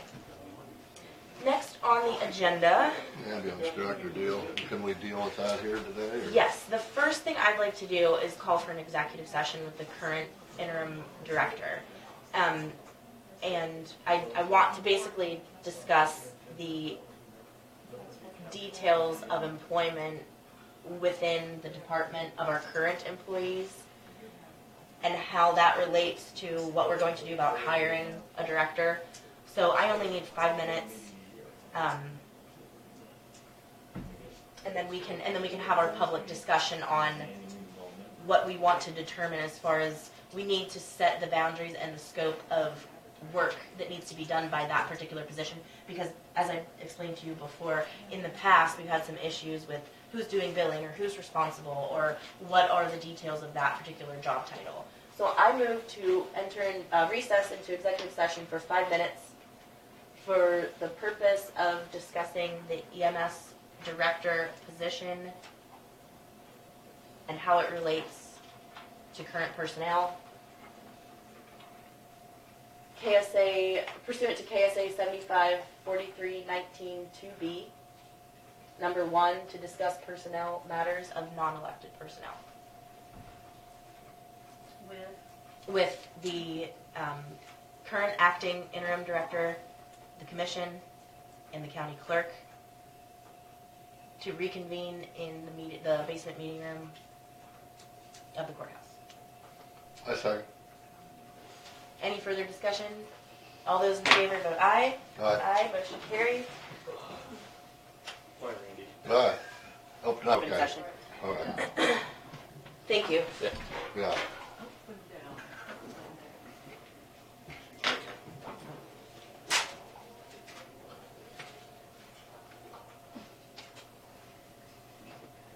Okay. So, talking about the position of ambulance director, I personally feel like from my experience and what I've seen in the last 2 years here is that we definitely need someone to know that their responsibility includes all of the things that have been in prior job descriptions and then were omitted after that, so including the billing. You know, I think that is something that we really need to say that position is responsible for. We took that out, and I think some of the surrounding extenuating circumstances were, oh, well, we're getting a billing service, but, you know, it's not the billing service's job to oversee that. They're basically just doing the transactions. So Dawn's office has still, I believe at this point, has still been overseeing that duty. I think that should become the responsibility of the director of the department. You know, we have other departments where they're solely responsible for their budget. They are watching their own line items, so to speak, within their budget. I'll use Ladonna as an example because she's a good example. She always comes in here and has down to the cent, literally, what the expectation of the expense is versus what they've had for income. And this is one of those departments where you do generate an income. So included in the budget is your expected income. And that, I believe, should all fall under the responsibility of the director to oversee. Because if it's not happening or if it's happening improperly, then who do we hold responsible? Well, I agree with you because they're hands-on dealing with the subject matter of the issue. Like if you haul somebody to Salina today, you know what you're doing, you got the paperwork here. When you pawn that off up to Don's office, they are not they don't know what's going on with that paperwork like you do. It's just not that they aren't competent enough to handle it. It's just that why put in a third party? Right. No, I agree with you, Alexis. Exactly. That should be handled under that shop. Then you got control over it. And if there is an issue, you know, you're the ones responsible to deal with it. No, I agree. Similar to your senior citizen situation with the Lincoln County Council on Aging. I mean, there's just another hand in the till. Well, that's exactly what we got with them now. We don't know who's doing what with them. Right. I'm not against. They're all good people. Right. You know, there's nothing personal there. It's just we just don't know what's going on. I don't. You know, maybe some people do, but I don't. But anyway, no, with you and the EMS, I agree with you. That should be billing because I know we had this billing issue. Mm-hmm. You have it under your shop, your control, then you know what's going on, and everybody under you knows what's going on. So since you're the acting director right now, I'll ask you, do you think that it should be an expectation of the commission that the director position can handle reviewing what's submitted for billing and then also basically being on the receiving end and making sure that has been deposited as far as funding? Can you watch the funds in your budget and in your account in that way? Something that would have to happen in order to enable that is we would have to be given access to the banking and how things work. Because I get what you're saying about we got another party here involved that shouldn't have to be. It should be done with in-house because we know what's going on. But on the same hand, when those payments come in and they go directly into, because a lot of your Medicare and Medicaid are direct deposited anymore into the county's funds, so, which is handled by the treasurer and the So and then you don't have access to that. Then the director would have to have access to those documents or those accounts so that he could see and verify that they're going in there in order for that to work properly. Yeah, so not necessarily. Because what's happening right now is Delisa's is sending you the Medicare statement. Once I get the Medicare statement, I'm receiving it in. If I'm not balancing, the treasurer's office tells me what Medicare deposits that they received that did not get credited. So like if I haven't given her something, they will tell me, but I don't necessarily need bank access in order to do that. Okay, I you're just, doing it off But of, you can have you have correspondence with the billing company. yes. So you can- And you would get that instead of me Yes. getting it. so you're doing that basically all off the remittance advice Mhm. that you're receiving? Okay. I see And then what I you're receipt it in and I take it to the treasurer's office. And then if there's something that's not balancing, so when she gets ready to reconcile her bank account, if it's not balancing, then she'll give me, like this month I had $2 amounts that she gave me, for example, that I needed to find. And so then I looked up those remittance advices on my own and found them and then sent it to like Delisa's. Okay, I see what you're Because saying. occasionally they miss, but almost everything is coming from the billing company because they're getting all the remits. We're not getting any of the remits anymore. Well, and even if the treasurer's office could send us, a statement of once a month or something that showed all of the income that came in for the county, that would be beneficial too. Well, she can send you from the county system. So on the reverse end of that, going in, are you receiving the information, well, and you're probably doing this, when you collect the information for billing as far as who was on the call, what level they are, what the services were that were provided in order to send that bill out, which Delisa's does, who is gathering that information and giving it to Delisa's? It's all done through a website, through our But are you doing that? reportings. Every tech does that. So after the run is marked complete, we log on, we do a patient run report with detailed HIPAA type information in it.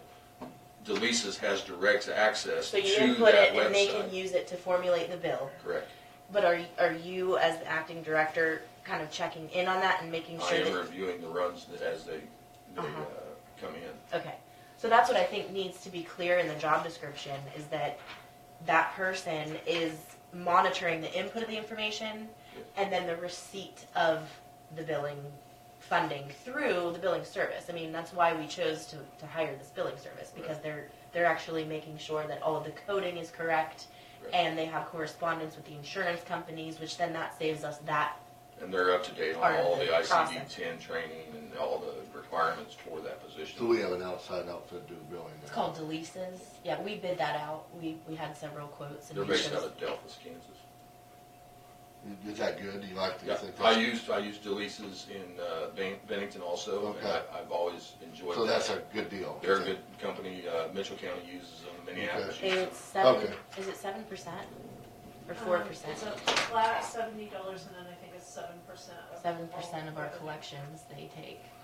What do you think, Don, on, since you're involved with, would it be good, would you like to see the billing go back to, and all that? I think it needs to be. They have more than enough employees to, if it's not the director's expertise, then they could find somebody that it is. their Point expertise. somebody to do that. And this is gonna sound callous, and I don't mean for it to, but I don't know how to get it out besides that. But people in that department don't necessarily care whether or not bills are collected. And if you take it upon the director who cares and knows that if they collect the funds, they get the money to buy new equipment, Right. And just like if they're you're an taking employee, ownership of it. right? If So- you're an employee that puts in what you've done that day and you missed something that you did that can be billed for, that falls back on the director to say, wait a minute, did you da-da-da, because that would typically be protocol in this scenario. It's not in there to be billed. We're losing out on that. So Yeah. that should be not your office's job, Yeah. but their department's job. And it makes them a little bit more accountable and take ownership of it and take pride of it and want their collections to be as low as possible. And I mean, there's always going to be ambulance runs that they transport on that they're not going to be able to collect a dime for. But it's just, Mandatory write-offs through Medicare or whatever. yeah. Mhm. And I don't know how to say that nicely, Yeah. but I know that's kind of been issues in the past. Well, that's the that difference between sometimes- being a department head or being an employee of the department. I mean, you have to take that ownership. That's why you're supposed to be in a position of authority. And if they don't have control of it. And I wouldn't disagree with you historically speaking. Something that we started, we had our staff meeting last Wednesday night, something we started Thursday morning is we started doing daily QAs, quality assurance, on every run that was done the previous day. So like me coming in today on shift, I've got to QA all the runs that were done yesterday. So like Shiloh and Jerry were on yesterday, So I'll go into the computer and I'll look and make sure that all the I's are dotted and T's are crossed. If Shiloh comes in after me or Dale comes in after another tech, the advanced technician on for the day is responsible for going in and QA and a person's report, making sure that that everything's done properly, that the wording's It's done always right. better to double check, right? Yes. That's a good policy. One of the questions that I had is, is there a more efficient and better way to handle the schedule? Now, I know if I was an employee that had a 24-hour shift and I maybe called out once, maybe not, maybe sometimes you're out a lot of that shift because it's a situation like that. I understand it's not always the same and you have unexpected circumstances. But if I was an employee on a 24-hour shift and I was getting paid my hourly rate for that entire shift and I could work a day and a night and then later on in the week a day and a night and have my full 40 hours in, I would be irritated that someone would want to take that away from me. So I understand that. But looking at our county and the size and the percentage of the budget that the EMS is taking, we're actually mimicking what much larger counties do that have much more resources available. What really shed the light on this is that when we weren't thorough with our billing and we were missing a lot of income this past year, fiscal cycle, we're making up for that strictly with tax dollars. And so other counties, when they do 24-hour shifts, they'll do a reduced pay rate for sleep time. If I assume that in 24 hours you're going to get 8 hours of sleep or something like that, then that 8 hours isn't at the full pay rate. There's also the option of splitting shifts where you don't do the 24 hours. If we had a director position that was Monday through Friday, 8 to 4:30, as we do the other office positions, but during that time they're on call for calls, then you would only need to schedule one person with that director for that 8 hours of the day. Then you bring in 2 more people to take the next shift and so on, and you could do the 3 8-hour shift, or you could do the 8, and then you could do the, what would that be, 16? Yeah, 16. So I think we need to explore possibilities before we make this higher. Well, I can tell you, because I kind of caught wind of what you were talking about there in a previous commissioners meeting. I figured that up if I was to take out and go to just 40 hours a week and lose that 8 hours of overtime every week based on a 24 and a 16 per week to make me go down to 40. I figured off of my current rate of pay, that would be about a $12,500 a year cut in pay for me, which would cost me my job because I wouldn't be able to live off of that. And I would have to quit and go find a job elsewhere. But you have 2 full-time jobs. But I would still, I base that off of that income, so I wouldn't be able to work here for that much difference. Well, and like I said, I prefaced it by saying it's taking something away because it was given, in my understanding, it was given without any discussion. It was just like, oh, well, we're going to go to 24-hour days, and you get paid your full rate for 24 hours. Now, I wasn't here at that time. No, I know, and that's not aimed at anyone. I'm just saying in general that there wasn't a lot of forethought there as far as what the expense is going to be. It was my understanding that a large part of the reason they went to 24-hour shifts was because of lack of volunteerism, which I experience in my other full-time position in Bennington. I have a hard time covering my schedule there in Bennington with 2 techs, 24 hours a day, 7 days a week, in a volunteer situation. I struggle with it on a daily basis. Well, the other thing is we are not mandated to provide 24 hours coverage. So the fact that we have someone, that we're paying 2 people overnight, every night, and I don't know the statistics on how many calls are during the daylight hours versus how many calls are during off hours, etc.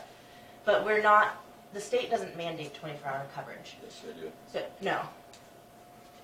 If you're going to operate an ambulance service licensed by the Kansas Board of EMS, you have to have 2 technicians available 24 hours a day, 7 days a Okay, week. but available doesn't mean that you pay for presence at the EMS department 24 hours a day. Other departments you have on call. So you may have your 40 hours a week, and then you have these 2 evenings or overnights where you're on call. Now, if you get called out, you get paid time and a half, because that's your overtime. But, I mean, I know because I've worked for, I worked for Service Master. It wasn't emergencies for people's bodily functions, it was emergencies for people's homes. Yeah. So when I had my week of being on call, I didn't go to work after 5, but if I got called after 5 when I was done, I would go to work, and that's my time and a half from the time I get to the office until the time I finish my job and go back to the office. You know, there are ways to provide 24-hour service, but we're not mandated to have we're not mandated to pay people to be at our facility 24 hours a day. I get where you're going with that. Our hospital people now, we have some on call, like on the weekends and stuff, like medical technicians and stuff to come in if they get called in to draw blood and stuff. I know people do that now, so you're right on that. Yeah, and the difference is, One thing to think about with that, though, is we are mandated to have an average of less than 5-minute response time. what does response mean? From the time we are paged to the time we are rolling out the door, going 10-8 on the radio en route to the calls, we have to do that in an average of less than 5 minutes. Which it would be helpful to know how many calls we get that are at night versus, during the day, and how many calls, because I've seen the call records, but it doesn't indicate how many were transfers versus how many were actual emergent on this, Right. at that time, yada yada. Yeah, I think that some of those things need to be brought to light, because I'm going to kind of repeat what Randy said, but we're a small county, and to have full pay 24 hours a day, 7 days a week for that department is really, we have a really large budget. Now, and we don't do that for our sheriff's department. We have people that get paid to, they do their 43 hours before they even get overtime. And then it's scheduled in a rotating way so that it's not a guaranteed 8 hours of overtime. We're guaranteeing every single employee in that department 8 hours of overtime. Yeah. And, we can up their hourly pay rate, but still save money by not doing 24 hours of that full pay. Overtime. Yeah. And like I said, I know that's taking something away from them that they have now, and I know that department's not going to be in favor of that, but I'm looking at it from a monetary standpoint. That doesn't get any cheaper for us. That only gets more expensive as we do cost of living raises, as we do merit-based raises, as we do all these things. We're guaranteeing 8 hours of overtime times how many employees every week? 6. So 6 times 8. We're guaranteeing 48 hours of overtime to that department weekly out of our budget. That's a lot of money.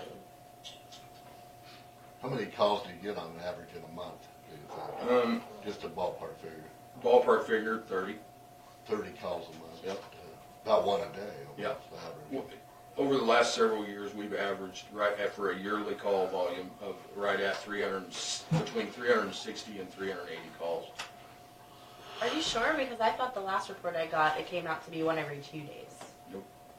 I guarantee it. I can show you the records from the last 3 years that we're averaging right in that 365 range. So do you know how many of those are transfers versus actual response to a scene?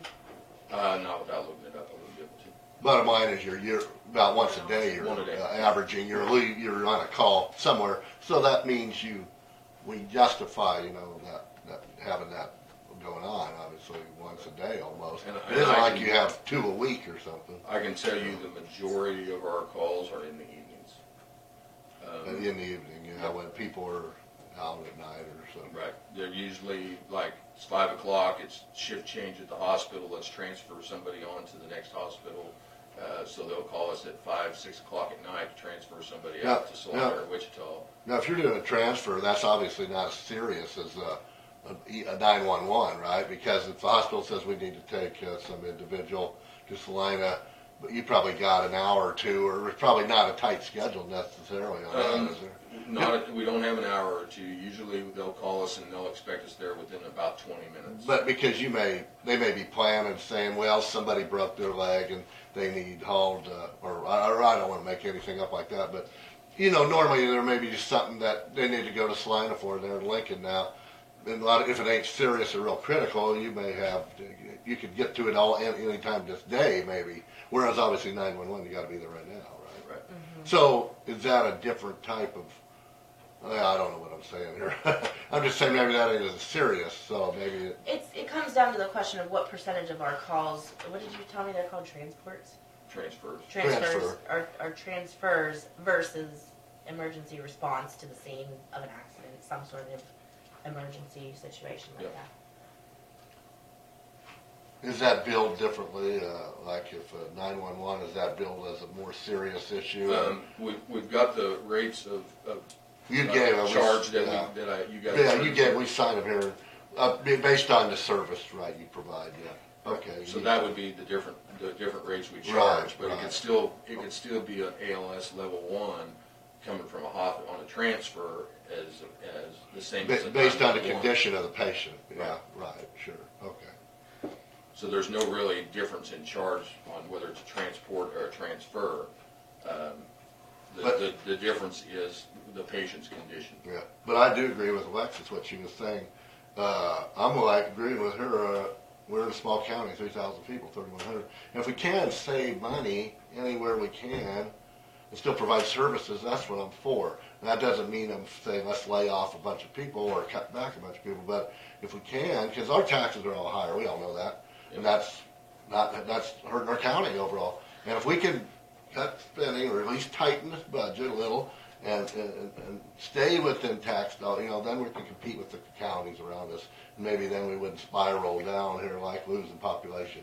And that's I think our opinion here, in my opinion. Well, I'll throw out there, like one of the rotations could be, you have this person who's Monday through Friday with their 8 hours as a director, who does all the office work every day, checks everything from the day before, makes sure the people who were on that night shift before had done their job at night, et cetera, et cetera. Then you have that consistency throughout the week. You're not just leaving every 2 days up to a different crew. But, you could have that 16 and 16-hour shift where then you get your 32 hours. And then if you're that person, you take a day shift of 8 hours. So you're working 3 different times during the week to get your 40 hours. And with only 6 people, we may very well need that overtime to be there and available as well. But it might not be to the extent of us paying out 48 hours of overtime a week versus even if we paid out 40 hours of overtime a week, that's less than 48 is what I'm getting at. You could increase the hourly pay for each employee, so they're losing out on their hours, but their actual income as far as what they're getting paid per hour could be greater, but they're not necessarily guaranteed 8 hours every week. Of overtime. Yeah. Right. Which is less expensive. For us. Yeah, for us. I mean, we've kind of gotten ourselves into a pinch there by saying that every time there's an increase in wages, we're increasing that almost exponentially because that 48 hours of overtime doesn't go away. Right. It's not just because something happened that we paid that. It's just budgeted right in. We're not doing that for the sheriff's department, and they're potentially going out with their own life being threatened. Oh, don't think our life's not in jeopardy at points within a call too. Yeah, we know. Maybe not as much as what the sheriff's office is, but they also have means. But you go out and themselves. like conditions like when it's 10 below zero and a blizzard out here, and they have to go down to rescue. So yeah, you're putting yourself in danger. Right. We know. I'm not diminishing the importance of Right. the department, but we have the percentage of our budget that's going out to provide that service is very similar to the percentage that is put out by much larger counties. And it kind of reflects in dollars where we haven't made any efforts to reduce that. It's been an expansion that happened basically overnight with the 24-hour shift ordeal, which how many years has that been, Dawn? 4 or 5? I think it was maybe 5 years. Because I've been in for 2. Probably, I know it was in August. I heard you say something a little bit ago about staying competitive Yeah. with other surrounding counties. Right now, I feel Lincoln is competitive with other surrounding counties and what they pay, and to The make- pay rate? and what they pay as a pay rate, and to make things Hourly? Yes, Does Bennington do a guaranteed 8 hours of overtime for every employee? we're volunteer. I am the only full-time employee in Bennington. So they're all But volunteer. we run 180 calls a year, and We just, So then, we can't justify the 180 to have full-time staff, but I'm looking at, over there, I'm trying to write a safer grant to provide 4 full-time employees and utilize volunteers overnights and on Sundays. so when you get called in at Bennington as a volunteer, then what kind of pay rate are you getting per hour? Does that compensate Right now, they're getting $2 an hour. similarly when they're on this call? On call, they're getting $2 an hour. Okay, but when they respond, when they're $25 per run. they're getting a flat rate to do their job, and they don't get an hourly pay when it happens? Nope. Is that just? That's a volunteer service. That's why volunteerism is dying. Right. I've got It almost doesn't justify your I've got 28 travel. people on the roster in Bennington, and I have a hard time covering the roster. Well, yeah, why would you want to go out there when you're not getting paid for For it? $25. What, And that's what I'm afraid you're going to get into in this situation. If you start taking overtime away from the people and say on average that employee loses $12,500 a year, they're going to go look for employment elsewhere because they can't live off of what that pay cut. So then you're going to be going back to counting on volunteers to do that. And if you look at our volunteer roster currently, we've got 22 people on the roster, 12 of which are either full-time, or 6 are full-time, 6 are part-time, and 10 are volunteers. And I can tell you right now, when we get a page to Sylvan, and nothing against the Sylvan guys, I appreciate everything that they do, but when we get a page to Sylvan, if I'm on shift in Lincoln, I head straight to the truck because the likelihood that they're going to have somebody available to answer that call is not great. So we get in the truck, and as soon as that dispatcher says, Lincoln, we need you to respond, we're heading out the door. So to me, I think by trying to do this, you're taking a step backwards. If you look at Mitchell County, for an example, they run about 600 to 650 calls a year, which is almost twice what we're doing.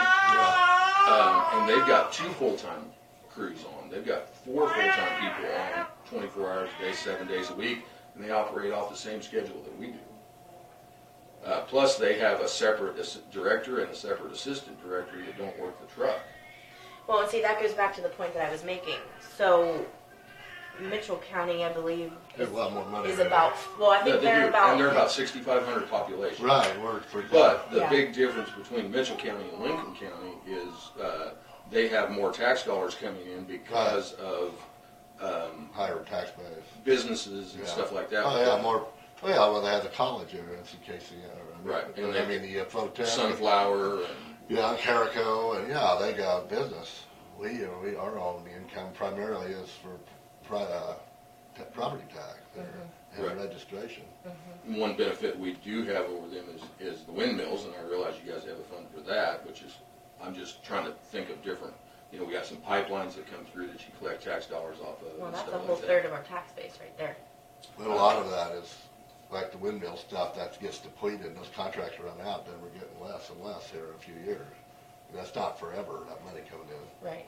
Yeah, that I has a think time. Lincoln's in a good place right now with the way that they run their schedule, and that's why I was interested in the job myself, because I feel that you're in a good place, and that's where I'm trying to get Bennington to, is what the situation is. Now, Bennington, is that funded by the city or by the Ottawa County?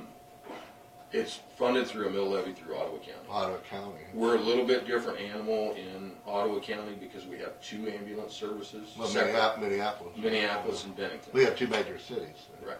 Yeah, Lincoln really, Sylvan's not as big as they are, I guess.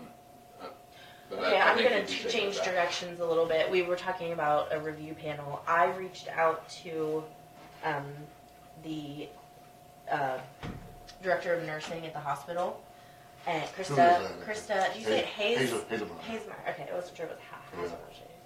So I reached out to her. She said she would be willing, and I did kind of give that tentative date that we would like to try to schedule Okay. sometime in that last week of March. All right. We interviewed people. Dawn, did you happen to check the locations of the ads where they exist, or Where they have, Kansas, Slina Journal, the Lincoln Sentinel, the Lucas Publishing, it's on the HR Partners, and it was on Next Tech. okay?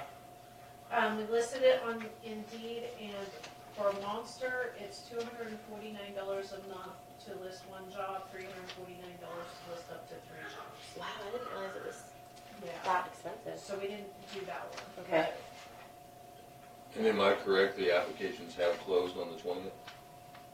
Or are we still accepting applications? Were we gonna extend that? We did. Alexis? I believe we did. Or did we only do Well, we that talked. for help Yeah. for the human You resources? didn't really make a motion, but I'm not really sure that. Oh, okay.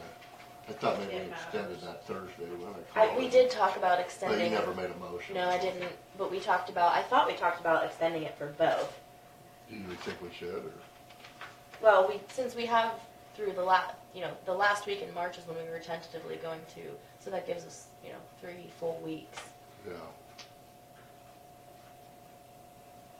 But our 2 weeks in the Salina Journal is up. We're not still in the newspaper. No, and the HR to advertise it was gonna be more than it was for the ambulance director. It had more lines. They told me just to tell them to run it. For the Sentinel? No, for the Salina Journal. Oh. Yeah. I wasn't sure where to cut it, so. I can't. What find are we those do? Are we sources. doing advertising costs out of these departments? Yes. Okay. Contractual? Was that a contractual expense? Okay. I think we should at least continue it through this week and next week, and we can close it off on the 15th. Advertising? Yes. What is it, slide paper, or what do you? I think we should run everything one more time. Everything, that's fine with me, you need a motion, or? Yes. Yes. And I think we should, while we're on it, we should just do it for both jobs, for both openings. Can I make a suggestion that might save you some money? Sure. If you're looking for somebody to run an ambulance department, your average person that works EMS is not going to read the Salina Journal looking for a job. Yeah. However, I got a hold of Dawn here a couple weeks ago and told her that I found an advertisement on KIMSA, but it was not advertised on the Kansas Board of EMS. That is also free advertising. I would, just a suggestion, you do what you want, but you would get more response from advertising it on the Kansas Board of EMS website than you would from the Salina Journal. You'd save yourself the $200 and some to advertise in the Salina Journal, and it would go out statewide on the Kansas Board of EMS. Sure, that's a good suggestion. She didn't have it out on that one? It was not. And I called Hannah that day after I left the commissioners meeting when we talked about that last, and I told Hannah, I said, well, please let Dawn know Yeah, I it is don't on think KIMSA, Salina but it is Journal, not on the hardly Kansas nobody Board of reads it EMS. anymore, hardly even got any subscribers. Yeah. Do we wanna cancel that, or leave it? Who else? It's a very good potential she did. Oh, I know what I was supposed to do. The other thing I was going to do is reach out to find another director who may be interested in sitting on the panel. And I have not done that yet, so I will do that. That was the other thing I was supposed to do. So I got verification, confirmation. Krista Hidmeyer. Yes, from our own hospital head of Okay. nursing. I will. That's the other thing. Let me make myself a note that I was going to do. And leave the other ads. Should we add the ad that Brandon was saying about that Kansas, what'd you say? it's called? On the Kansas Board of EMS website. Kansas Board of EMS? Yeah, I would just Do we have- basically copy your ad. Should we do an ad to them? Yep. I agree with that. Dawn, is that okay?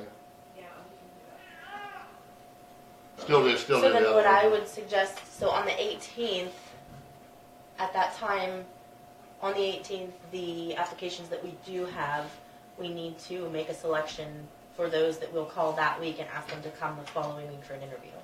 That's Does what that I mean. make sense? We don't need a motion for that, do we? Just No. find Do you want a motion for continuation of the ads? Or I think it's just approval verbal. So you're looking at doing So the, you wanna review We're that looking on at, the 18th? yes, I think on the 18th, in an executive session, we need to look at the paper, Aljo's. The application. Yeah, Aljo's suggestion was we look at the applications on paper, determine which ones we want to interview. Right. Then we bring in these extra two Interviewer, a people week later. for the hopefully. panel that can do the interview sometime that following Who's week. gonna, on this panel, is that gonna be us with the panel? It's just us and two additional people. fine, yeah, So we have one and now I need to find a second Right, one. okay. I would request that you not contact Mitchell County because Mhm. I was terminated from there because I didn't agree with some of their policies, and I'm kind of a vocal person person, and I'll tell you what I think. Well, then you're fired. But if you're looking for an EMS director, I would appreciate it not being Mitchell County's EMS director. Is Brett Kingen still employed with Mitchell County? Yes, he is.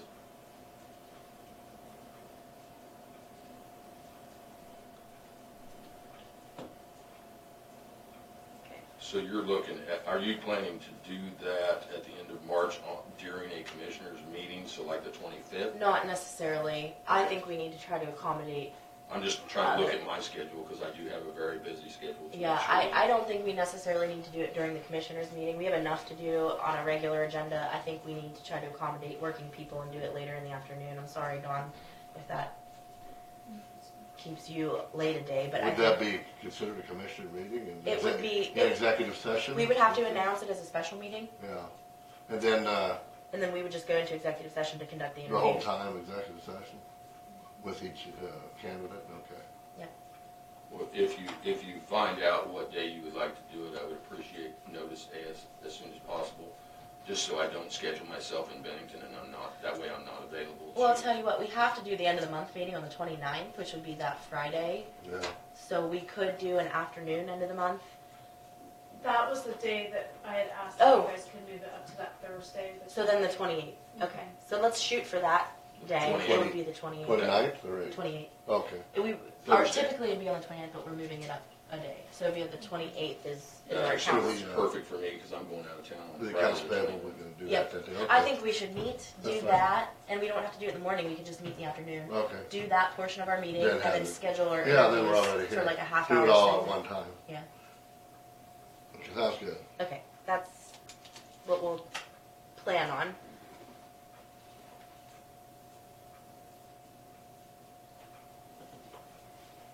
And I'll get back with you on Monday at full time, because I'm not fighting it. It was prior, I know it was prior to me starting, and I've been here just 3.5 years. See, I think it was prior to 2015, or right around 2015. It was before 2016. Wendy was here, and there was a death. Somebody died, and our ambulance attendants, they couldn't find anybody to cover. They wanted to go to somebody's funeral, maybe somebody in Mitchell County or something, and Ellsworth County ended up covering some of our shifts and not charging us anything. So, out of curiosity, how does that work with mutual aid with other counties? I mean, if we have other counties that are paying 24-hour shifts, like you said, Mitchell County always has 2 crews on overnight. So, can we sign a mutual aid agreement that they cover specific overnight shifts for us? That they be, Probably not without some kind of reimbursement. Oh, no, I understand that. Plus, then you're increasing the response times exponentially. I mean, if you have a call in Sylvan at 3 o'clock in the morning and they're covering during that time, you're looking at a 45-minute response time from Beloit. You'd have to drive from Beloit. I know, but I think every county that borders us has a 24-hour service. We have Saline County over here. We have Mitchell County. I don't know Ottawa. about Ottawa. If they have Well, that's 24, is Minneapolis. that 24? Minneapolis will be covering the Tesket area. No, they're not 24/7. And then we have Russell County over there.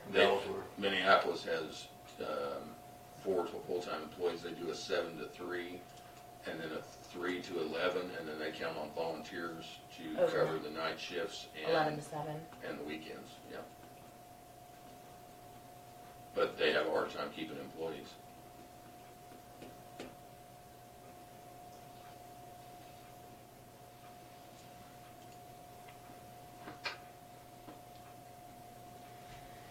Okay, moving on to Human Resource Officer job description. So I made copies for you guys of what I think is the last one. I did add, oh, this one does say revised 6/21. I don't know why it didn't pop up on mine. So I think this was the last revision. Okay. And yeah, you guys can, I don't know what you want to do. I mean, if you want to tear it apart now or take it one one. I think there are a few things I wanted to go over for sure. Okay, that's good. Okay, so Dawn and I had met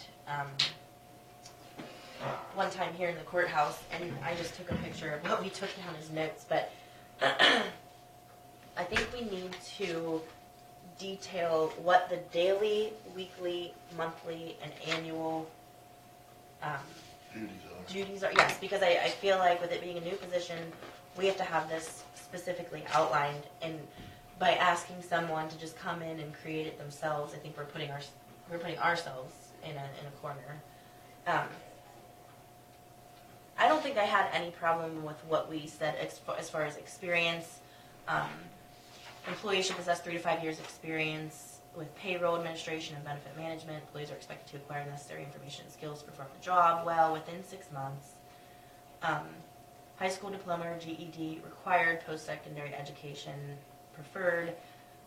Should have knowledge of federal and state employment regulations, FLSA, ADA, FMLA, etc.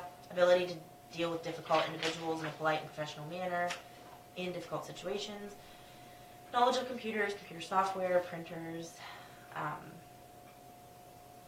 Here's where we have a little bit of a problem. I think we can find someone who's familiar with software, but every software program is different. And because we plan on using Contact into the future, nobody's going to have that experience unless they come from within our county. exactly. So, and I think that's why it's always generalized, because normally if you have some kind of computer skills, you can adapt. taught. Yeah. You have software, well, a lot of that software is complex now, which you may need assistance to install new stuff from your vendor you buy it from, like you do probably up here. You got somebody, your county clerk software, right? Mm-hmm. But then you learn it and do they train you on new changes? If they do upgrades to software, do they go through with you what's going on? Yes. And they probably would do some more training. We've always just taken care of training in-house. But I can tell you this, if ever I would bail on you guys, you could always call our software vendor and they'll come out and actually physically help you. They're not from the state, but they have done that to other counties. They've helped them. And that would include HR software too. Yeah. Of course, you're doing all HR now anyway, Right. so that would be all of our software is with one vendor. You like them, or they've been good to you? Good coordination to you? Mm-hmm. Good. Well, that's good. Because sometimes they're not good. Good helpers on user training guides and stuff, and that's not good. I will say they do not have any user guides. That's the downfall of the software. Yeah, that's right. But it's partly because they don't want to take more money. The money that they don't want to increase our fees to do manuals. Right. And if they do that, then they would have to increase their fees. And so a lot of times, a good resource, and we always make jokes about Riley County, but Riley County is their biggest county as far as using software, so they tend to make custom programs or use them as their guinea pigs. They also have a payroll department. This could be a potential place where, if the person is struggling, then we send them to another county. Maybe they could teach them a little bit better. Does that make sense? Because sometimes it's not necessarily what you're learning, it's who you're learning it from. Well, sure, and software is complex and specific and detailed. That's too bad you don't have like a user's guide or a training guide for. No, I can tell you what we have. We have the old one from when it was CIC before it split. Yeah, but it's not updated. Because if a new person comes in, then it's without a user's guide. It's tough to learn the software because without you, like say you get a new employee, you got to almost hold their hand and show them how to run everything. Well, right? we have manuals that we do, and you that's have your what own we personal asked. manual. Yeah, cheat that's sheets, what we asked for. Cheat sheets of what to do and how to do it. Yeah. Well, that's just it. We need, because we want the HR person to be able to do everything's on a computer nowadays, so you got to know how to operate it and then be able to adapt to changes. Okay, I had a suggestion under attendance. Okay. Employees must be at their job performing essential duties on a regular and continuing basis with no excessive absences. And then I think we should say, and comply with employee handbook and policies. That kind of takes care of some of the issues that we are going to talk about as far as what's in there for comp time. We need to establish a policy that it's 8 to 4:30. That's not in the handbook, right? So that we could just put that in the handbook. I'll have to look. I think that's why we were discussing it. Okay. For some reason, I think it is in the handbook. Oh, I you haven't- say that. I went through that thoroughly one time, and I haven't done that again. I need to do that. I can't say I have read it since 2012. I mean, I read a section if somebody section, asks, does this apply? And I can, yeah. I was supposed to have read it last year when we were working on it, department heads, but.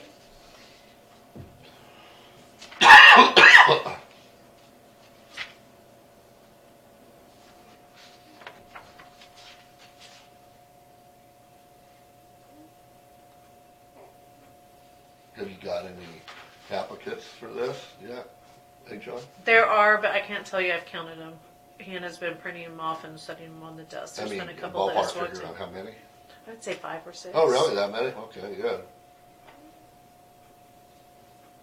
That's just my guesstimate, though. Yeah, I was just curious if you had anybody or whatever.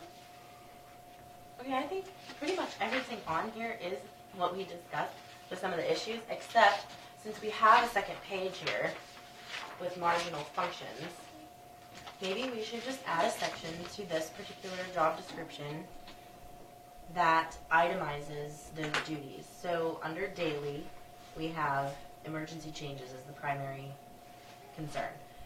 So employee deductions, court orders, motor vehicle, property tax, and the form, providing necessary forms for that scenario. And that would be something that should be checked on and or taken care of immediately on a daily basis.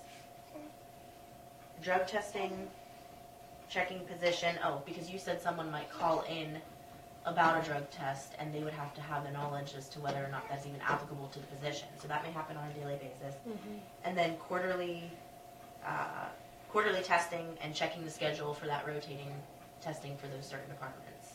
They need to stay up to date on that schedule and where we are with employee files.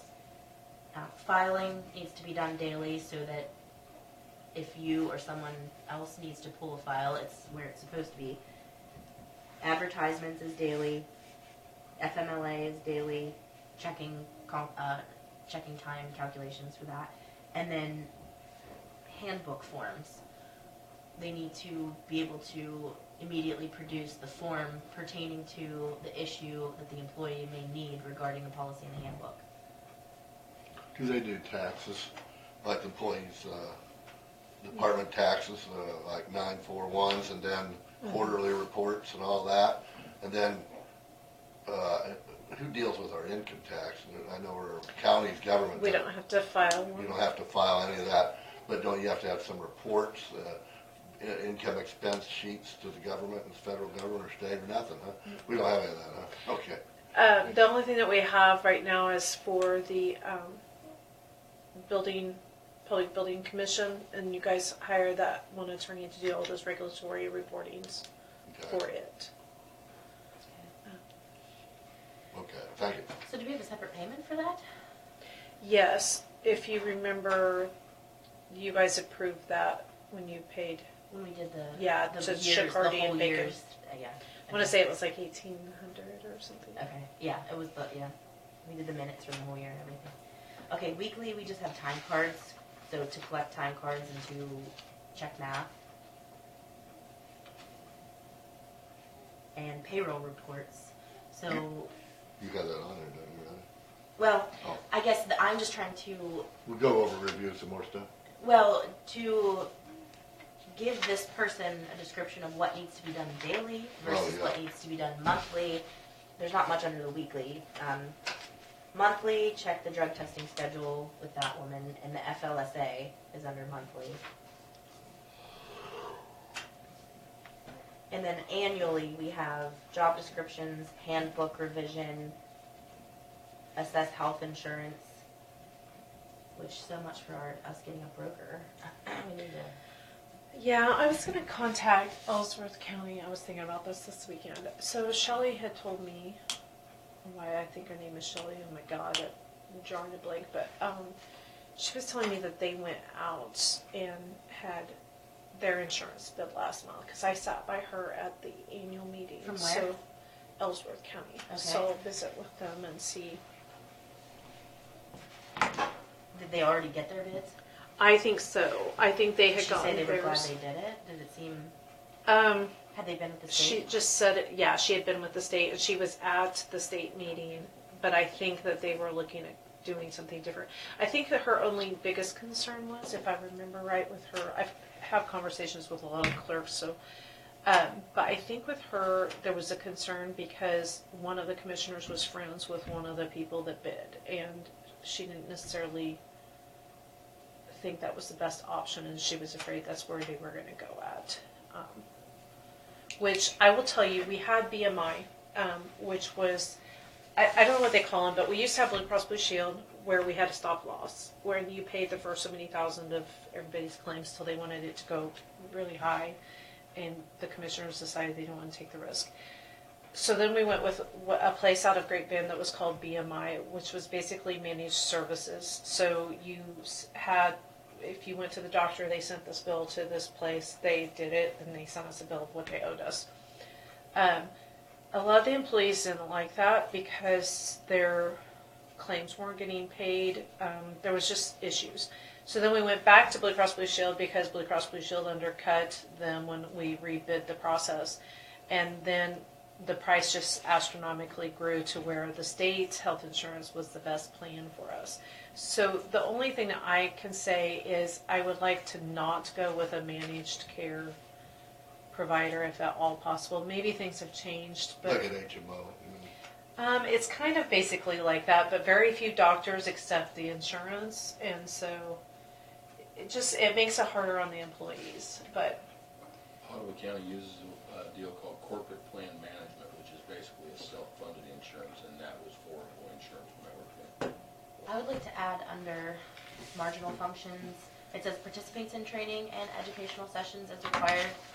So we haven't really put out a requirement to do that. I think that's where we failed as a commission, also trying to initiate this process. So we need to stay on top of that for the next person. But also I think the HR person should be responsible for suggests training for departments, because they may have access through human resources to suggest different events to attend, or even training sessions that may not be directly provided by those types of departments. I mean, it might not be a bad idea to have department heads attend a skills seminar about management. It's not necessarily in their field of operation, if you know what I'm saying. And that person could find those and suggest. That skill path is just one that comes to mind because we always get advertisements for it. But I've been to one of their seminars and they're fairly good. I mean, we could benefit from that, and this person could be facilitating that information and suggesting it to different departments. well, and KAC offers some. Yes. I want to say it's called a leadership program, but I went to it as a regular employee. Doris sent me to it, and I want to say Tammy may have went through it too. I haven't had the opportunity really to send my girls, or well, now my one gal, but there are things. What I had told Dee Dee that I kind of had hoped that maybe she would do is have some training things available and ready to go. So if the highway department did have a rainy day and said, I have 20 employees in my shop and Come do this webinar. yeah. Yep. And so, I think there's avenues out there. Yep. We used to have, don't stand on chairs, set training session. They had a video and we had a TV with a VCR. You popped the video in and you played it.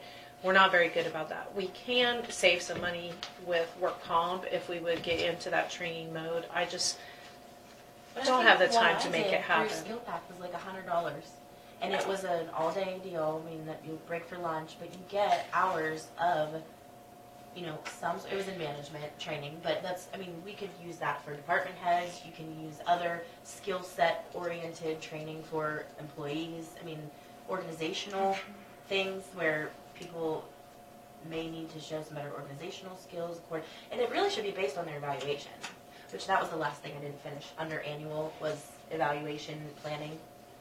That needs to be planned the year prior for the following year. when those will be due, and then in what order the departments would be reviewed or something to Okay. that effect. That's all I had for the notes that we took. As far as the timing of, everything's in here, in the job description.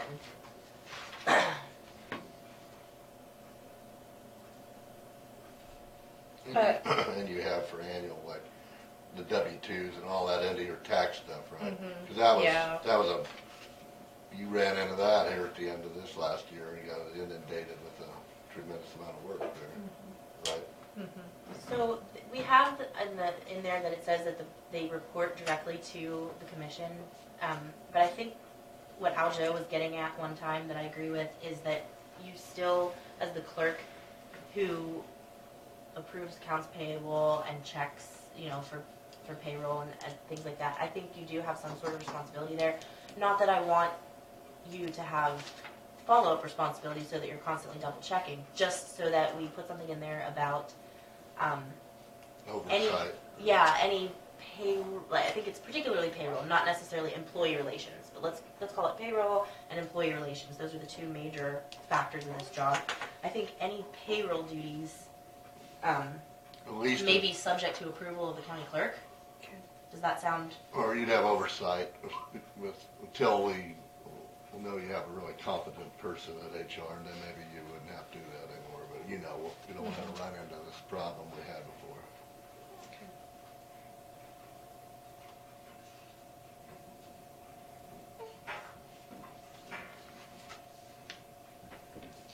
If that's just stated in there, I think then that gives you the legitimacy to say, I have found this about payroll and you need to be doing it that way.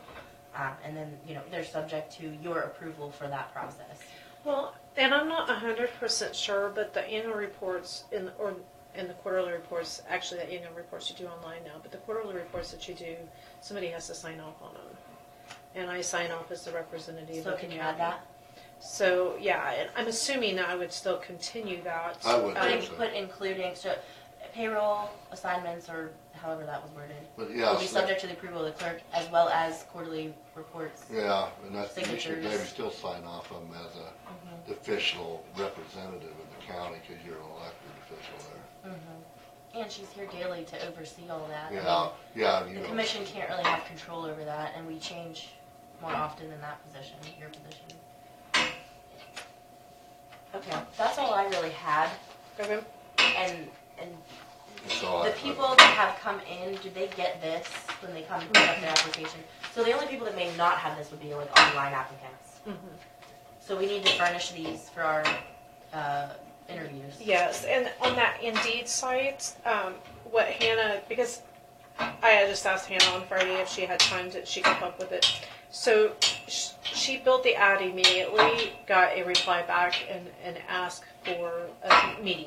It'd take 30 minutes or less. So she met with a lady, and so Hannah was like, how do they apply? Because it says apply now, and like Hannah went ahead and submitted an application to see what it would do, and it just sent her name.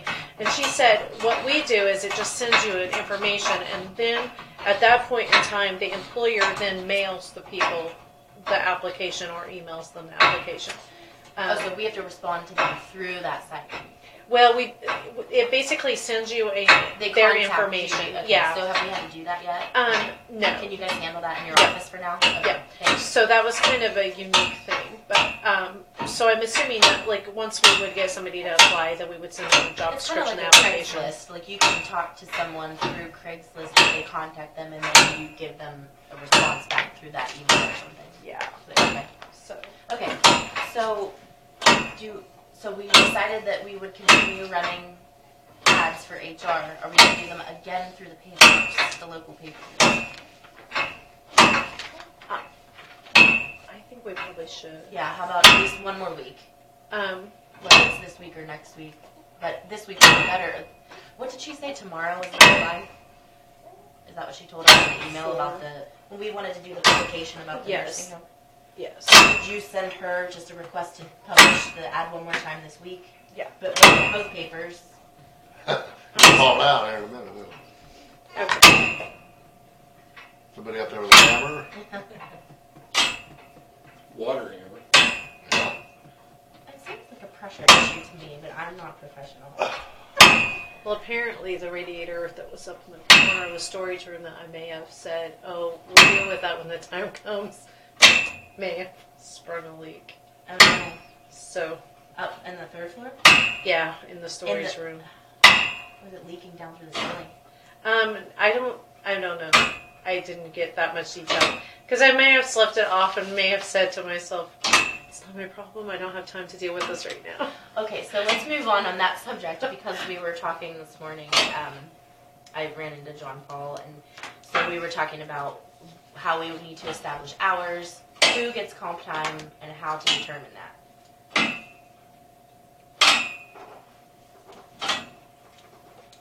I think in the particular position of janitorial, what are we calling that position?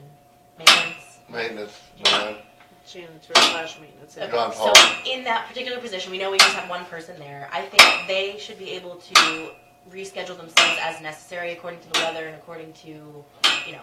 Because he was here 3 in the morning because our heater's leaking over there, and he came in on last weekend with snow blower out front, cleaned the sidewalks. So they got to be able to come as needed. Yeah. Right, but I think on a weekly basis, they need to turn in their time card with a note describing What they just did. to the HR person, just so that it's verified. I mean, there I has to agree. be a little bit of I agree accountability. with that. Maybe they should have like a status report. Like if I had to come in Friday or Saturday because the plumbing went bad. Yeah, I Right, agree. if you see that I clock in at 7 p.m. to 9 p.m. on a Wednesday, and then I come in 2 hours late on a Thursday, there should be a description as to what it was for, not just that it did it, but because the boiler room was leaking. Right, I agree. Have a status And then report. you don't have a question as to, is this person just leaving early so they can't, or staying late so they can come in early, or I'm saying it backwards, but you know what I mean. Especially for that position. I think the policy's clear in the handbook about comp time. The way I read it, you don't get comp time. I mean, especially all these office positions, there's no need for it. Now, you guys, what do you do? Do you get paid extra for election, or do you do comp time in your department? No, that's the only overtime that is approved in our office is election. Overtime. Okay. Yeah. Well, and that's up to you because you're an elected official, but just to use that as a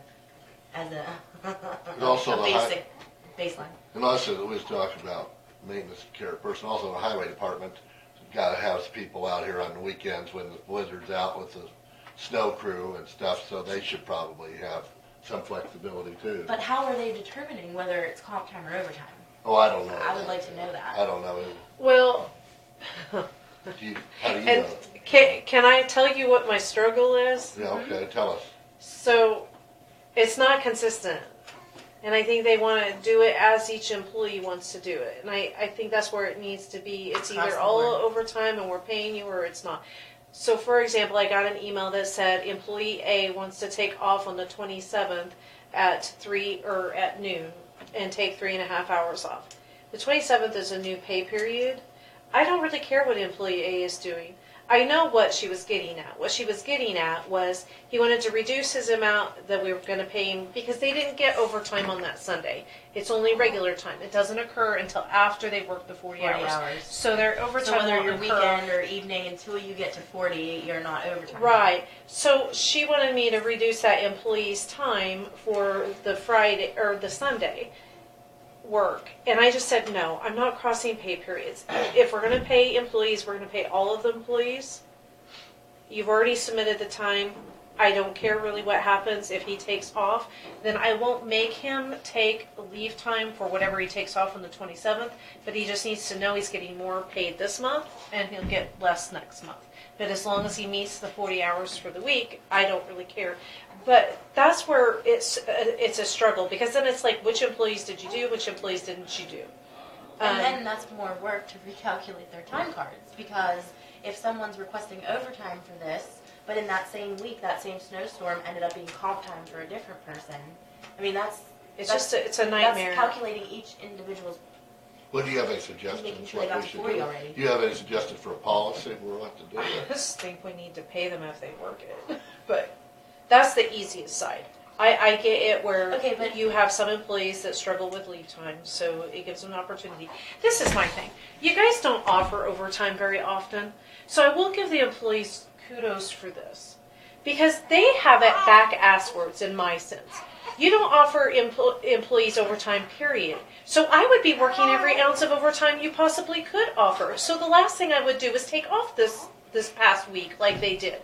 But instead you have employees that the minute they work 3 hours, well, by God, tomorrow I want 3 hours off, which I commend them for that because I would not be that way. For me, it would be, this is an opportunity for me to get overtime. But, so, I don't know. I don't know where the balance is. And maybe I'm wrong for being that Yeah, way. David? But again, on a salaried courthouse position, again, salary being the key word here, anything worked over 40, it doesn't account. It doesn't equate, it doesn't anything. Salaried position is 8 hours a day. Doesn't regardless, 8 is 8 is 8. It doesn't matter if it's noon to midnight, it doesn't matter. If I get my 8, it doesn't matter what the set time is. When I applied for the position of emergency management, there was no set in the job description, and even in the updated job description, there is no Monday through Friday 8 to 5. Again, I have county commissioner meetings, I have city council meetings, I have CERT meetings. I have a CERT meeting this evening. Coming up on the 26th and 27th, I have training going on down in Crisis City for the state IMT team. Training that day is from 8 a.m. to 8 p.m. It's a 12-hour shift, as when you respond as an incident management team person, you're working a 12-hour shift.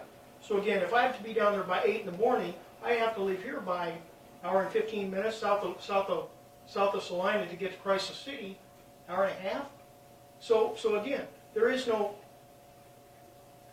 and again, whether it's emergent, storm spotter season's coming up. Whether I storm spot from my house or whether I come in here, do I have to have somebody's blessing to say, hey, I'm going into the courthouse today to storm spot? Yes, you do. Yes, you do. Because what? Because you're a department and a function of the county, and we have to have management over how that's going to be performed.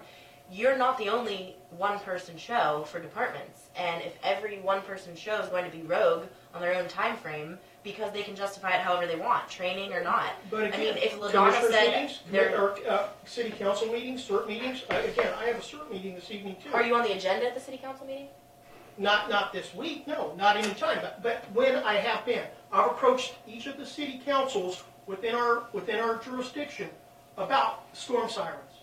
Again, and with that, I got a letter of intent from the state that said, you need to break that down. So now, as storm spotter season is coming upon us, again, and the Post Rock Community Foundation and the Hewlett Foundation grant cycles are opening up again March 1 through May 1, or whatever those deadlines are, but those are open again.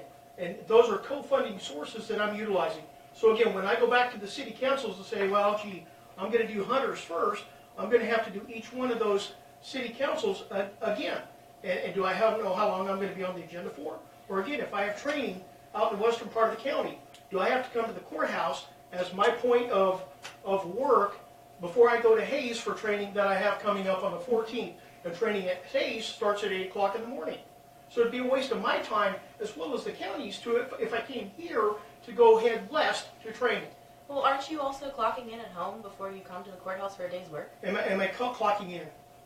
As far as when you have a normal day's work that you're performing at the courthouse, not just traveling somewhere. Yes, I do. Yes. So then your argument is moot. Because what you're saying is it justifies your time to leave from home on a traveling trip where you're getting paid for work hours, but you're also taking that advantage to yourself by clocking in at home before you actually come to the courthouse for a regular day where you don't have intention of traveling.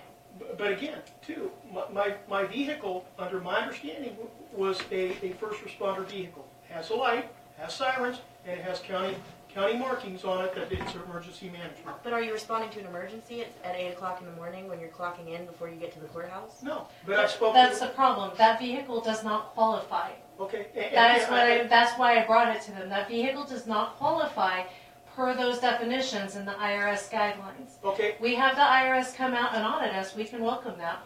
Okay, and again, I received that same information from Saline County Emergency Manager and Russell and Ellsworth County, which is the same person. They do the same thing. We had training the other day when I turned my timesheet into you. We had training up in Osborne. We had North Central Kansas Emergency Management Association meeting, and at that meeting, I asked the two different emergency managers two of them that I know have time in, and they said, no. When I leave my place, I'm on the clock. And again, Are you referring to responding to an event, or are you referring to coming to do your paperwork at your desk? Every county that replied to me said that either A, the vehicle is provided at the courthouse and the emergency manager comes to the courthouse, gets the vehicle in response to wherever, or B, they are charging it as a taxable Fringe vehicle, benefit. as a taxable fringe benefit. Now, Saline County didn't respond, and Ellsworth County didn't respond, but that doesn't mean that it's right. Mm-hmm. And that's the question. That does not mean that it's right. It does not mean that it fits the law, and it doesn't mean that we aren't violating the law when it says that. But then again, in the information that you printed out from myself and for the commissioners last week, I'm looking at clearly marked police, fire, or public safety officer vehicles. Read the definition of public safety officer. I see that. Read the definition. I see that. I'm going to read it. A clearly marked police, fire, or public safety officer vehicle is qualified non-personnel use of vehicle only if the following apply. The employee must always be on call. Am I always on call? Not necessarily. No. Okay, so when storm spotter meeting starts, or when storm spotting season starts this year, if it's past 4:30, I don't care.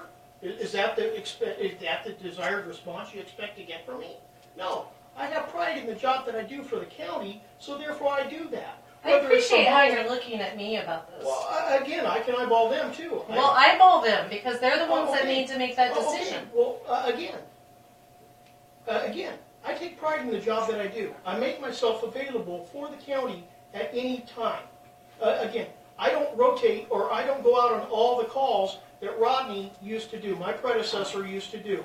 Because, first off, he was in the scene and he was not being proactive in helping resolve or mitigate the problem that was on scene.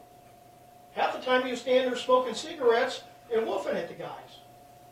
I don't smoke. I don't have to go out and woof at the guys. If they need something, they know how to contact me and I can get them whatever they need. I don't have to be on scene. So therefore, yes, I don't go out and Okay, I'm just going to skip over the question of you being on call. I guess, you know what, up until this point, that's been at your discretion, okay? But let's go to number 2. The employee must be required by the employer to use the vehicle for commuting. This is not true. I would agree with Dawn that the vehicle itself that you're talking about is not what this law is referring to. This is referring to like a sheriff's department office vehicle. If a sheriff is going to be on call and responding to something, they must be in that county vehicle because they're not going to pull over a citizen and arrest them out of their own personal vehicle. And we have a schedule that they keep. I think what we're looking at, because when this was brought to us to read, I do see the problem. The public safety officer is an individual serving in a public agency in an official capacity with or without compensation as a law enforcement officer as described above, or as a firefighter, chaplain, or member of a wet rescue squad or ambulance crew. That is not you. I'm not a firefighter for one of the volunteer fire departments here in town or in the county. Well, we have plenty of firefighters that are involved in all of the fire departments that don't work for the county. Okay. You're trying to cross venues there. But what I'm saying is I read this thoroughly when it was given to us, and there really isn't a qualification here that I'm seeing. Now, we can have the discussion about how much you're on call. You know, we can have the discussion about, is this an exempt position? Right now it is, but there is that federal law that says that we may have to pay overtime if they don't make X amount of dollars. Now that was what was the dollar amount? I want to say it was like $59,000 a year. So the question will be is when it does become an issue in which we will have to pay them overtime because we don't pay enough.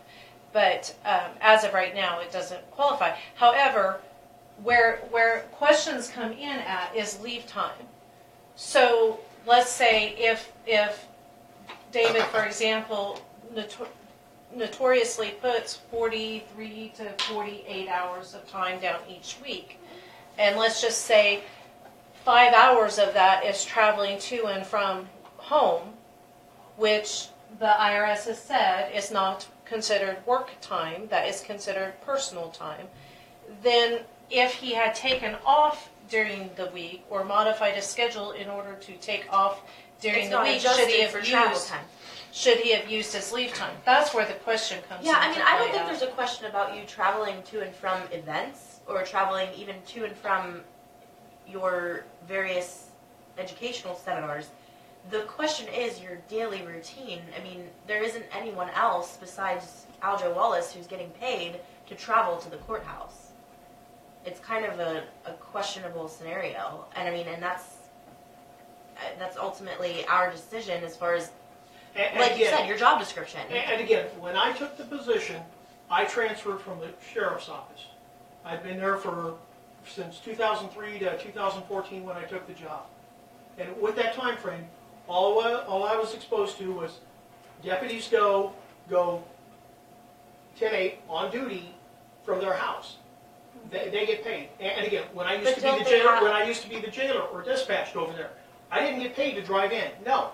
But again, they have law enforcement, they have lights and sirens and all those bells and whistles on. Again, was that my fault for not asking? I don't know. But now 4.5 years into the job, and now that's changing. Why that wasn't caught or noticed or whatever before, again, I don't know. But it's my understanding, like, we have an officer in Sylvan, and that particular officer has their county vehicle at their home, and so I assume they clock in when their shift starts, okay? But that also means that they don't come to the sheriff's department at that time. They start their shift and start their rounds from that location. So I'm confused as to why you think that that's the same scenario. There's not always moments when I'll be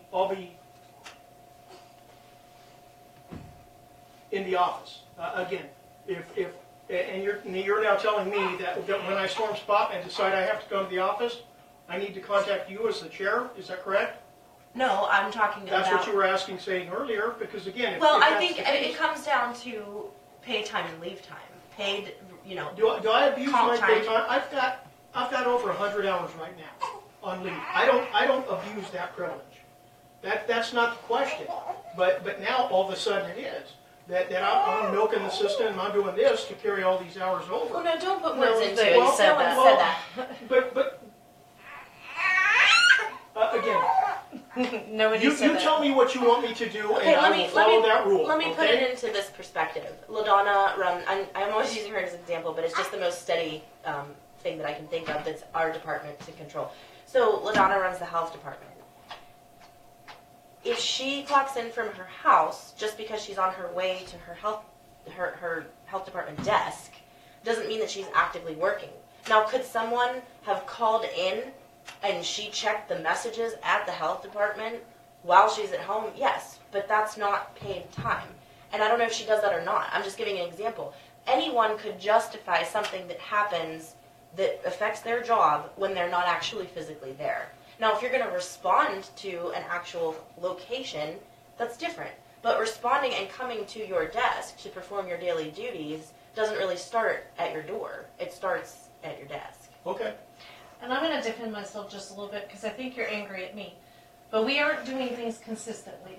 So we either need to A, pay the highway department employees from the time they leave their homes in the vehicles, or B, we need to not pay you, one or the other, because we are not treating every single person that has a vehicle that is using their vehicle at home the same. And we need to be consistent about that. So if you're clocking in from the time that you leave your home, then they probably should be clocking in from the time that they leave their home. Because you told me that you thought the reason why you were clocked in was because you were being provided a vehicle. So I'm providing reason why. Just because we provide you a vehicle doesn't necessarily mean it's compensatory time from the minute that you leave your home. We just need to get consistent. And I asked the board to make that decision as to whether or not which it should be.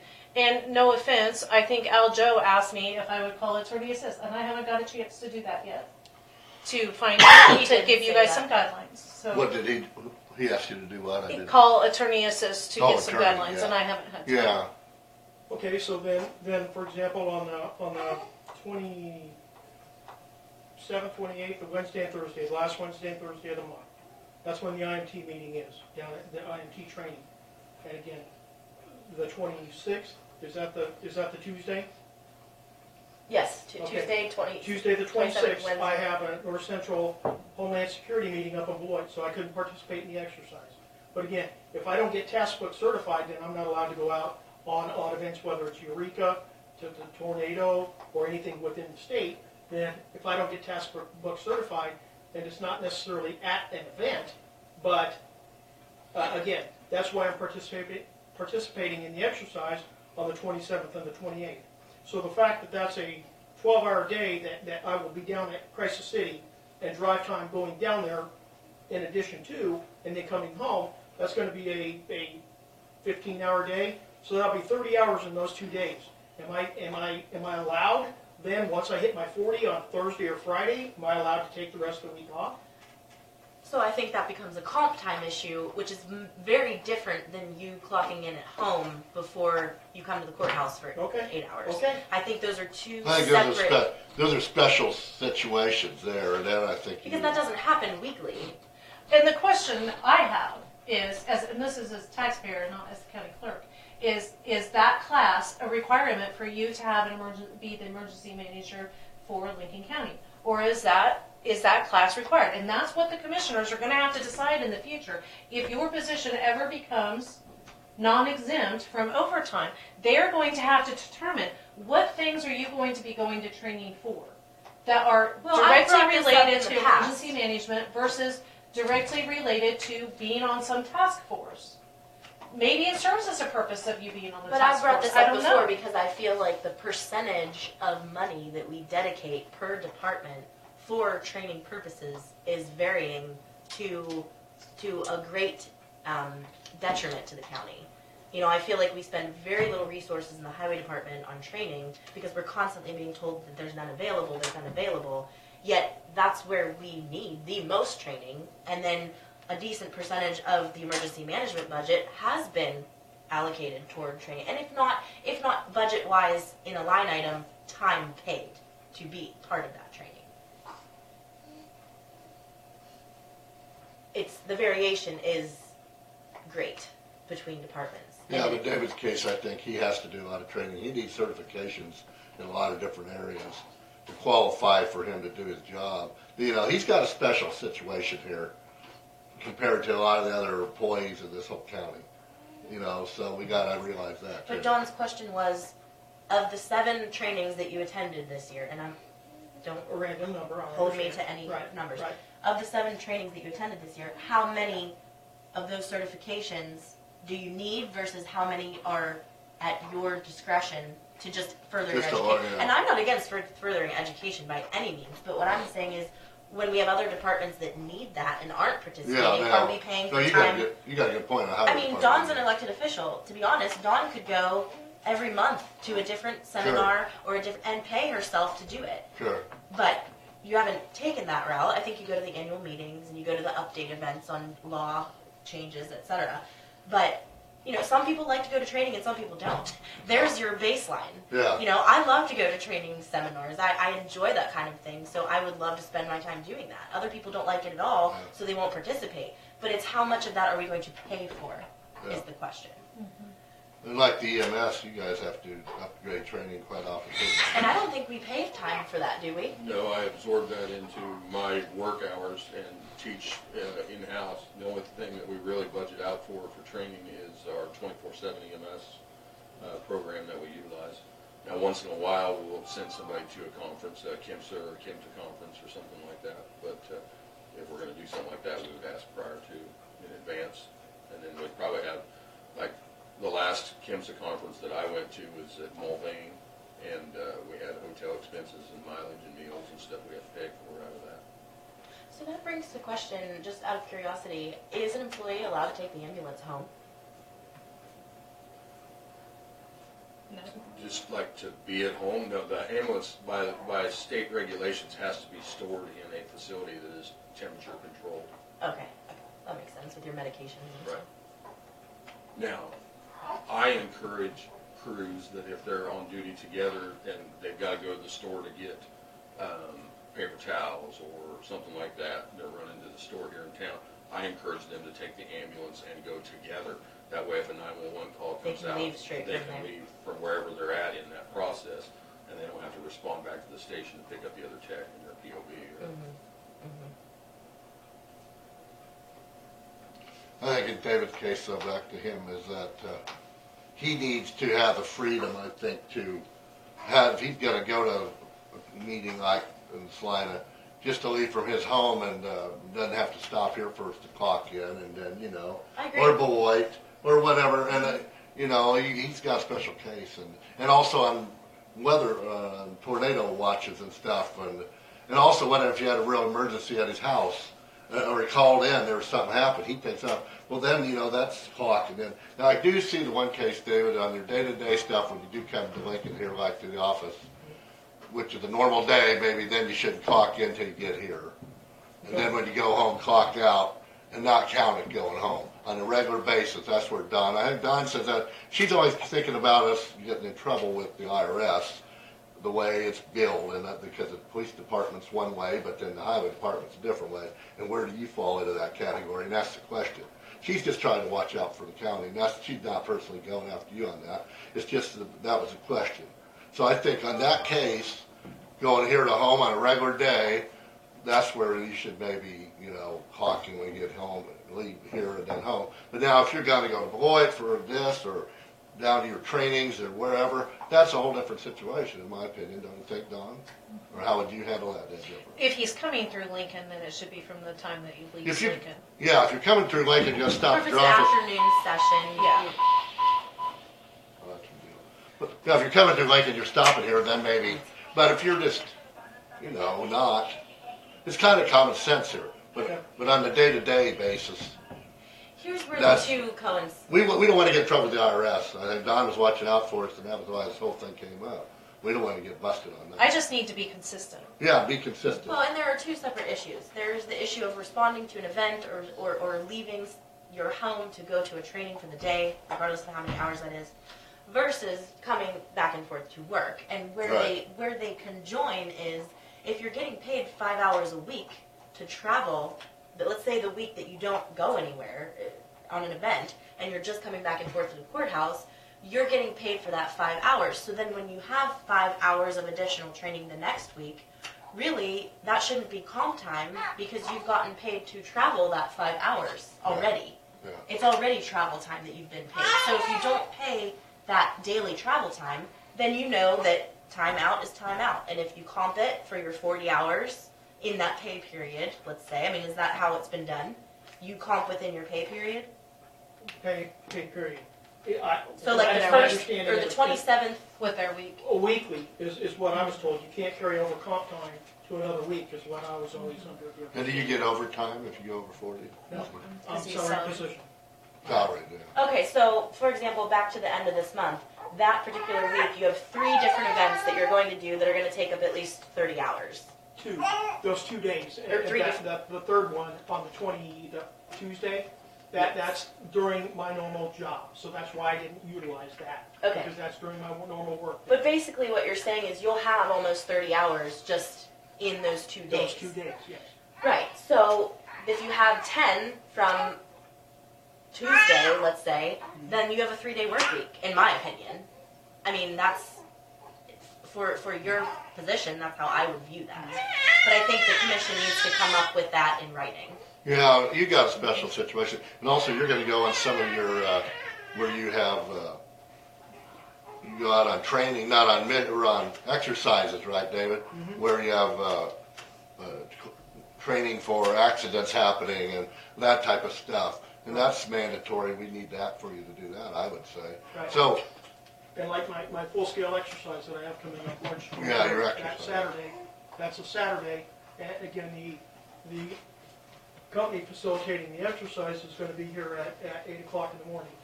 I have things that I want to do prior to them getting here that morning. Sure. Make sure all my things are in order to where I can give them my time to be able to facilitate whatever their needs are while they're getting set up.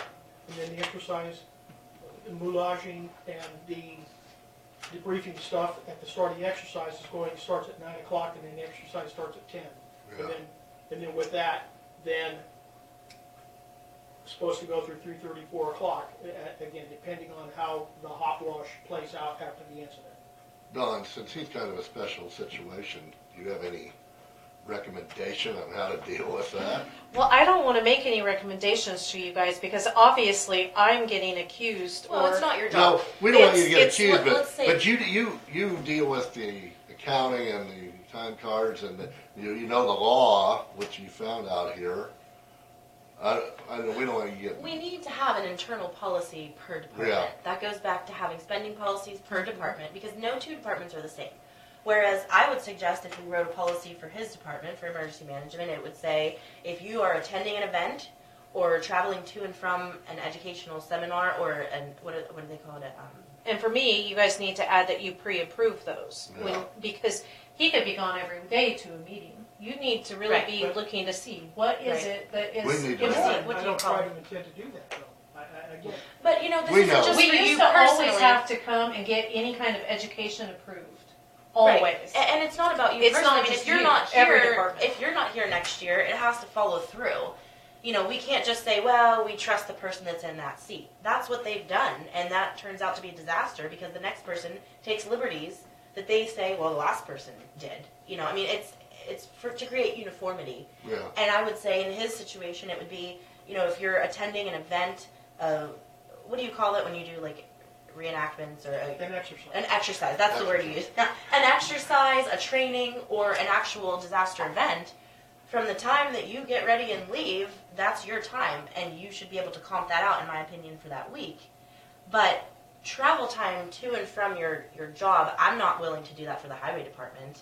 I mean, we would be paying someone coming from Barnard every day who really needs to spend their time out on the roads, still getting travel time, but doing something for us, not just getting to the office. So, you know, I think each Maybe we department should is separate. Maybe we should work on a policy for, especially David's case, because it's specialized compared to some of these other ones. Well, no one else is really going to be leaving their home and attending an event that would just randomly pop up. I mean, EMS is on call to do that. Yeah. Well, like in Don's Sheriff's Department's on call to do that. That's why they're scheduled those schedules. So, Now, the police department's special in their situation, and the highway department isn't, because so we need to maybe specialize on Right. these departments. right. And technically, then, I mean, like the she said, sheriff you is an could elected approve. official, so I guess we can choose not to approve payroll based on their policies, but they can really create their own policies. So. I don't know if we can do it any more today on this. No, I think we need to write it down in writing. I'll help do that in the near future. But I think time cards is really something that needs to happen soon, like before we get this position hired. So, have you given any more thought to how you'd like to, which time card you'd like to use as a template? My goal on Wednesday is to get pricing and more information on the time clock system. 'Cause Okay. I think Wednesday this we week? just need to do that. Is that what you Yes. mean 2 days from now? Time clock. The 13th? And that will solve a lot of issues because, like you said, you know, the sheriff's department, their overtime doesn't start until they hit their 44th hour. So Why are they different? Because there's a federal law that says we don't have to pay them overtime above 43. Oh. You can make it less if you want to, Oh, no. but Well, I don't know. But, that's where I have said in the past, and Randy, you haven't been here, but our ambulance attendants, no offense to you guys, but our ambulance attendants and some of our deputies are making more money than our undersheriff is. That's not necessarily appropriate. And in fact, there's a couple of them that make more money than our sheriff does. I don't know where we get the imbalance at, but part of it came with they gave $1 an hour raise to the deputies, but they didn't adjust the sheriff's wage or the undersheriff's wage, so then their fluctuation. So I said maybe the thing is to pay the undersheriff some overtime, maybe increase their pay or do something, but your employees should not be making more money than you are. It just should not. There should be enough difference. But We had that situation I'm not when sure. we had Wendy here, because she was making $40,000 a year, and the employees with the overtime they were getting were making just over what she was making. We just have to figure it out. So now- I just don't know how. I don't know what the answer Well, it is. starts by putting things in writing. We can always amend policies, but when we don't have any to begin with, therein lies the problem. Yeah. You know, you're just grasping at each Would we individual want to get a situation. universal time card? Yes. Or is that What we I'd follow? like to do is do a time clock. I know people are against it, but I think that once they get used to it, they won't mind so much. But most of the time clocks I've ever used, you either clocked in or you didn't, and if you didn't, then you wrote down why you didn't, whether it was that you forgot or whatever. I don't know anything about this time clock system, so I'm gonna have to find out about it. But my understanding is you can clock in on your phones. I was gonna say, nowadays you could get on your phone or the internet and clock in, then it all comes right into you on a database, and then you got it all. That's Well, it. and I You was can't- saying, I don't really care what That should be people the do. simplest, I yeah. only care what they worked. I don't Right. care what they do. Right. Where, you know, like I think the highway department, they're trying to process all their time cards before they bring them up here because they care about what they where do. they, on yeah, the time exactly. clock. They're trying to input data before it's transferred over to just purely do the hours. What were you gonna say? I get the whole phone thing and be able to clock in on there. I think that's great. It works really well for most people. I do have an employee that works for me Doesn't have a cell that has a dumb phone, lack of a smartphone is what I'm calling it. And he wouldn't have that capability to do it on his phone. Now, on a day-to-day basis, he would be able to clock in at the station when he came on shift. Right. And clock out before he left. Right. But he also responds in Sylvan to calls over there, so he wouldn't be able to utilize that if Sylvan was called out. He wouldn't. And that's where the paper time card comes in, and that's why I I'm just wanted to saying, point that out. right, right, and An that exception. that goes directly back to the conversation that started about the janitorial position. If he's going to come in for 2 or 3 hours in the evening or in the morning or whatever, if that's comped out in that same week, there just needs to be a note, and therefore it's trackable instead of someone just constantly, you know, staying late and coming in late or leaving early and coming in early. I mean, it really is not fair. So there has to be a general policy, and then there has to be department-specific exceptions. Yeah, right. Which I think, David, yours would be all those things we mentioned. The Just like we exercises, said. the trainings, and the response to events. Now, out of curiosity, how much time do you spend doing storm spotting, and where do you go, and what kind of hours do you put in doing that? It depends on the severity or the length of the storm or how tracks coming up from Oklahoma and the southeast. But just in years past, I mean, you've been doing it long enough, you should have a general concept of how many hours of quote-unquote overtime you'd have to put in a summer or in a spring. With a particular storm, it could be an hour, but again, like with the storm that tore off the roof over at Sylvan, again, on the school, the gymnasium and that, again, I was storm spotting from my house that night, from my house, and then Dana Veneta, assistant fire chief and EMS and whatnot, he called me and said, hey, did you hear the school roof got tore off the school building in Sylvan? No. So then again, I headed that way because that was destruction within the county. So I got over there and contacted Weather Service and set up a survey to be done the next day. And so I was over there not as a school board member, but I was doing my job. And then in that time frame, I communicated with Chance Hayes. He's one of the meteorologists from the Wichita Weather Service, and set up a meeting that he would be out the next day at whatever time it was.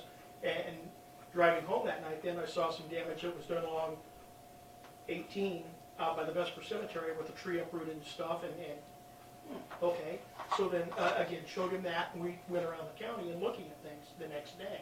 But again, that night of that, again, maybe half an hour, 45 minutes at the house, and then post incident was. I was over there for an hour because I was up taking pictures on the roof of the school and It varies. around the facility. You know how we could they'll be talking, we're going to have big severe, like in May or, end of May. We got big severes coming up tonight and building up out west by Dodge City, and it's coming, just like you knew this blizzard's coming. And they're going to know, so he's getting ready for that down at 2 in the afternoon, and about 7 at night it may hit here, the big line of thunderstorms coming. And then if you do have a big wind or a tornado or a flood or a creek out or whatever, you can't, it's hard to judge that, ain't it, David? And again, if it's going to be bad, generally, and again, we're the furthest north county that Wichita Weather Service covers. We're actually closer to Hastings, and I just got added on their conference calls when they set up a conference call and they know weather's going to be bad. weather service, whether it be Wichita or Hastings, again, they'll send out a conference call, hey, here's the number, here's this, and then you just call into that number. And I generally forward that information to the fire chiefs, the school districts, the assistant chiefs, just so they're prepared and they can get in on that conference call to see how bad it might be and what we might need to do. Right, well, yeah, I mean, And I try to disseminate that information to everybody that I can. So, Plus, you mentioned earlier when we were talking about EMS stuff, you know, utilizing mutual aid from other counties. David also has that responsibility if they have a big incident and a large incident in another county to provide mutual aid to another county. Yeah. to notify everyone and get it coordinated. Yeah, so it's, And I think it's self-explanatory that if something happened on a Saturday and you spent quite a few hours that day and then you did a follow-up on Sunday with whomever for whatever, you know, those 8 hours, let's say, if you didn't come in on Monday and there was a note as to why and that you had put your time in over the weekend, I think that's understandable. well, that's just good. It's just like John Paul on a maintenance guy.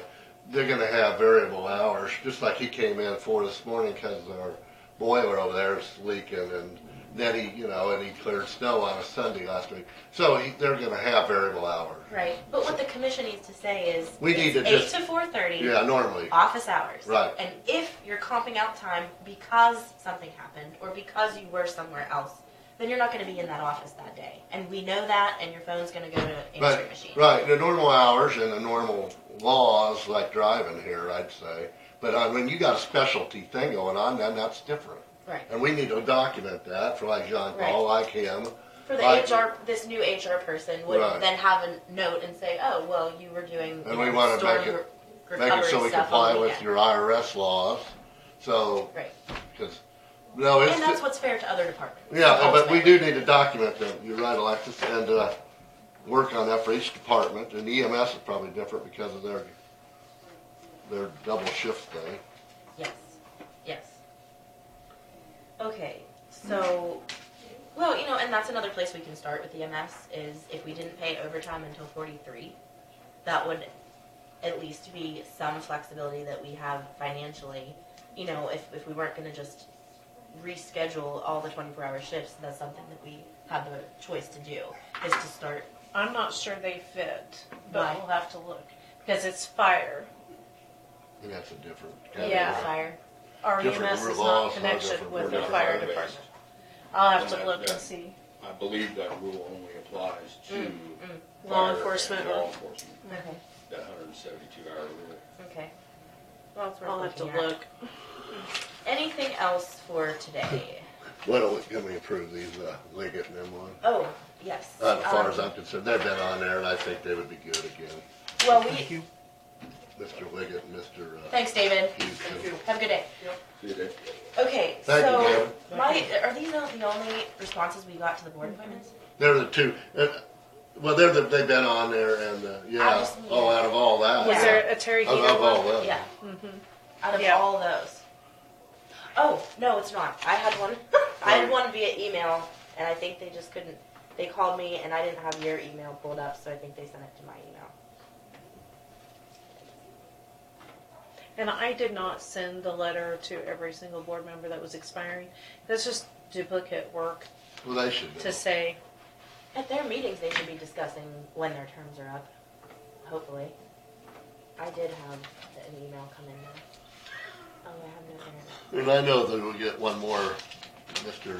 Tristan retired from the hospital board, and I'll working on trying to get someone else. Do you have anyone on the hook for? Well, I'm working. I've talked to Interest? some people, and maybe but these two went back on. So, should we approve them today? You think? Or?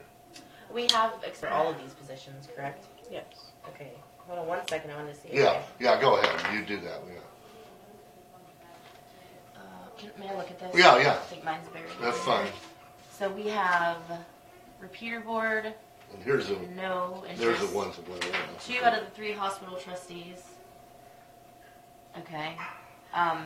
Bus board, 2, no interest. Restitution board, 1 no interest.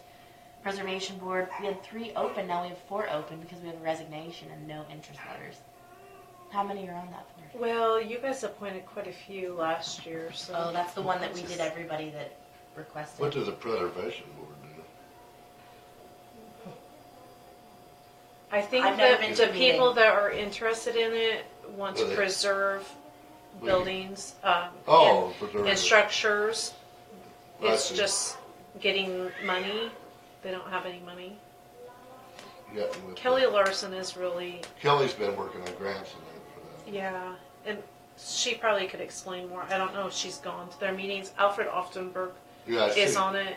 Yeah, Pickering and Don Thompson passed away. He's gone. So, while we're talking about that, just quickly, I had heard that Lincoln County Economic Development is trying to merge with the Chamber of Commerce. Does anyone have any information to share on that? I never heard about that. I don't know any details. I haven't been to their meetings. I know I've been told that, but I'm not sure who told me, but Okay, 222. Had you been aware of that at all, or I have heard that. but nothing official from anyone? Well, the chamber's kind of a private It is, and entity. I would be a little concerned just because, are they planning on coming to the courthouse? Because, I mean, how many nonprofits do you guys have that utilize our space? But Well, and in addition to that, I feel that we need to discuss also, we have the Economic Development Board and employee and additional employees that we're housing in our courthouse, but we're also 100% funding them. So it might not make sense to necessarily charge them rent because we're already funding them. But if they're going to combine efforts with another group to increase their funding, and we are going to end up housing anyone or any type of activity that pertains to an outside organization, there should be some rent compensation in my mind. Is your Chamber of Commerce, is that a Lincoln City thing or a Lincoln County thing? County. I think they're considered county. It's county as far as I know. Because I you don't can know. belong, I belong to the Commerce and I'm out of the city. You're at I Sylvan think it's Chamber. called Lincoln. No, Area it's county. Oh, It's Lincoln County. Commerce. yeah, you're right. When they opened in the Ribbon County. I was in your restaurant there a couple weeks ago. Had a hamburger. Was it good? Yeah. Good. Okay, so I have a letter of interest, and Dawn, I'll have to forward this to you. My phone is not cooperating with pulling up a full email. Figure out how to run the email yet? Sometimes technology is not as easy as what it These says. darn Well, I things? like to have it available, but then I can't pull up everything it's saying. So the Barnard Fire Board, which is not even my district, but It's it's up okay. with Bob Abel. That's Bob Abel, yeah. Well, this one is Bob Keach. He wants to be on it. He is, yes, his letter of interest was sent to me on 2/21. I think he asked last year too. Yes, and he is the one I think that gave a whole list of which is in there, but I can't pull up, but is all of his resume basically. So Barnard, who was up for on this Right one? up here. Bob Abel, we haven't heard from him. Okay. Those two. Those two are on, and I think they'd be good again. Are these both in your district? Galen Leggett and Mr. Houston. Would would Mr. Houston be in Al Joe's district? Yours. There- Oh, in mine? He's on that side of 6th Street. Yeah, Oh. yeah. So Yeah, he's on your district. He's west of 1400, South, right on the okay. Townsend. Okay. Okay, so we have a resignation from Mr. Beneda from the Preservation Board. I so move to accept the resignation. Do we need a motion to accept? Well, I make a motion to accept his resignation. I'll second. There is no further discussion. Vote aye. Aye. Motion carries. So we have Delia Pittard Inheritance Guideline Committee. Terry Jo Peter has a letter of interest saying that Delia was her second cousin and she's interested in seeing that the program is administered and continued along the guidelines that she requested. I also feel that a family member should be on the committee as long as there are family members residing within the county and one of them is willing to serve. Terry Jo Peter. Mr. Houston, dear Madam and Sirs, I have served on this board for the past 5 years and wish to continue to do so. Therefore, I request reappointment to the Board of Trustees of Lincoln County Hospital.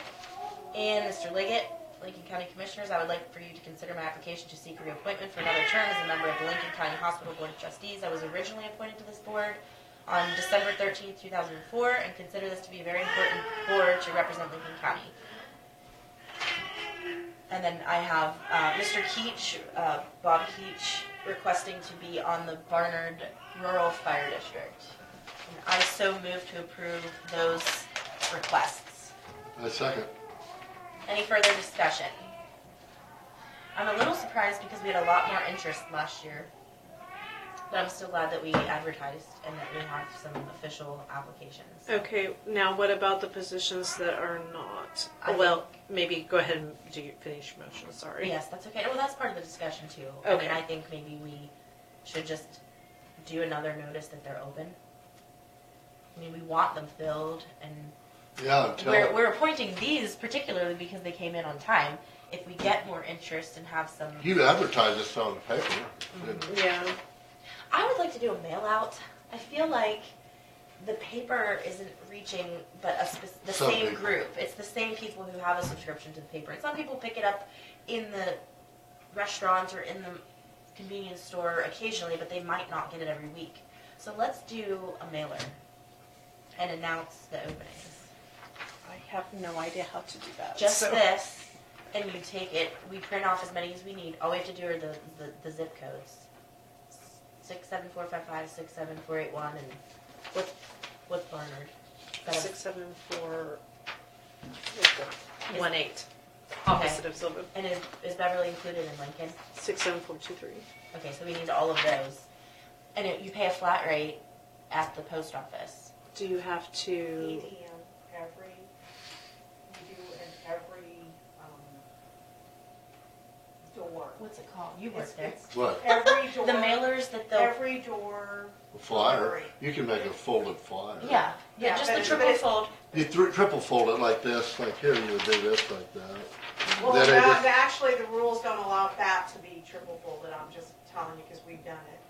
Oh, they don't?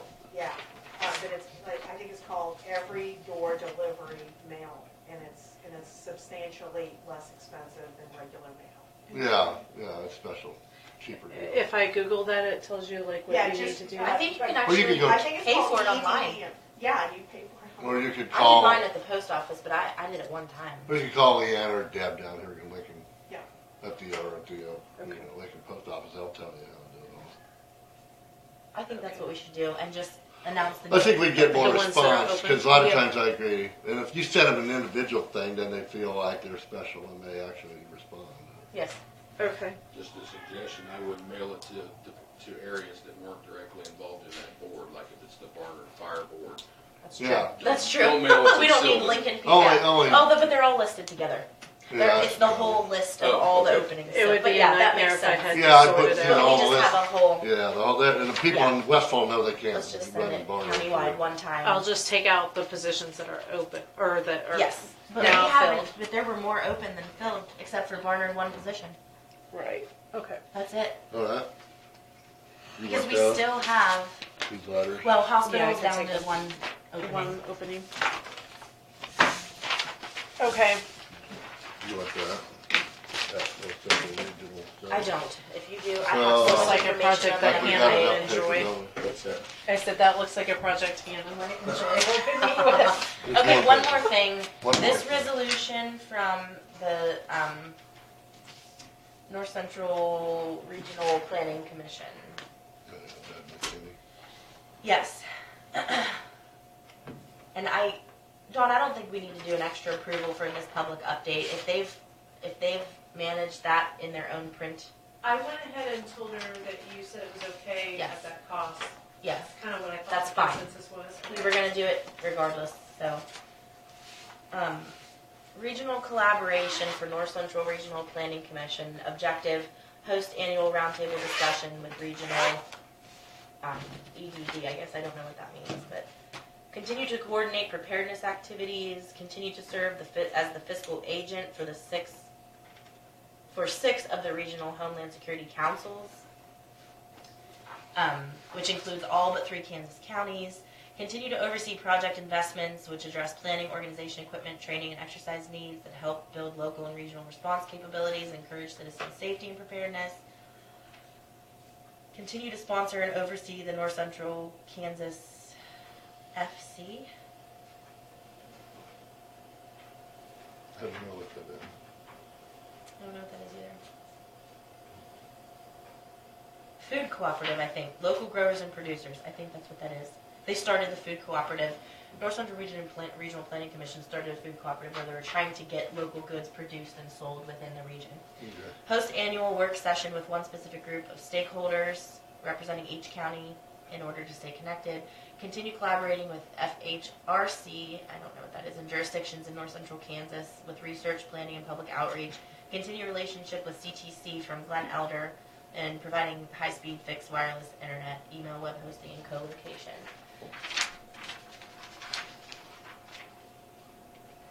Okay, this is very lengthy, so I'm just going to say... Yeah, just, we don't. I think- what they do. I know what they do. But basically, this is very vague. I was wondering what they wanted us to sign. What But do they want? it lists, well, this is the resolution that we did not sign because we didn't have the corresponding paperwork. This is the corresponding paperwork.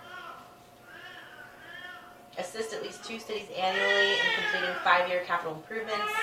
Continue to survey cities and counties. Continue to sustainably deliver the highest quality internet access. That would be NCKCN. Expand the number of wireless internet hotspots throughout the region from 15 hotspots within 6 cities to 22 hotspots within 10 cities over the next 5 years. Continue to work with member cities and counties, helping them access financing to address their infrastructure and development needs. That's what we're using them for this year. Support youth career exploration, sponsor rural voices and youth contests for high school seniors, encourage the development of youth councils, market leadership learning opportunities, work with the post-secondary educational networks. I think it's pretty thorough as far as they have multiple goals, many of which they probably can't even reach in here. So I move to approve Resolution 2019-6, which is the adoption of the 2019 North Central Regional Planning Commission Comprehensive Economic Development Strategy, which is this. Second. Any further discussion? All those in favor vote aye. Aye. Aye. I don't know if Motion we- carried.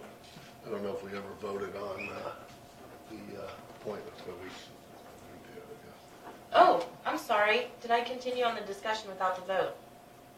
What do you say? Call the question. Don, did we I'll have, call my own question. I just assumed you had all voted yes. I'm sorry. we voted No. yes on the appointments of the new, Yes. like, the gave them like a... All those in favor for the appointment of the board members as listed, vote aye. Aye. None opposed. My apologies. That's okay, we got... I guess you're listed as secretary. That's fine. Okay. Thanks for reminding me of that. I lost. Well, we were in discussion. Okay, if there's no further business to come before the board, I will adjourn the meeting until March 11th at 10 a.m. in the basement meeting room of the courthouse. Okay, and here's Al Joe's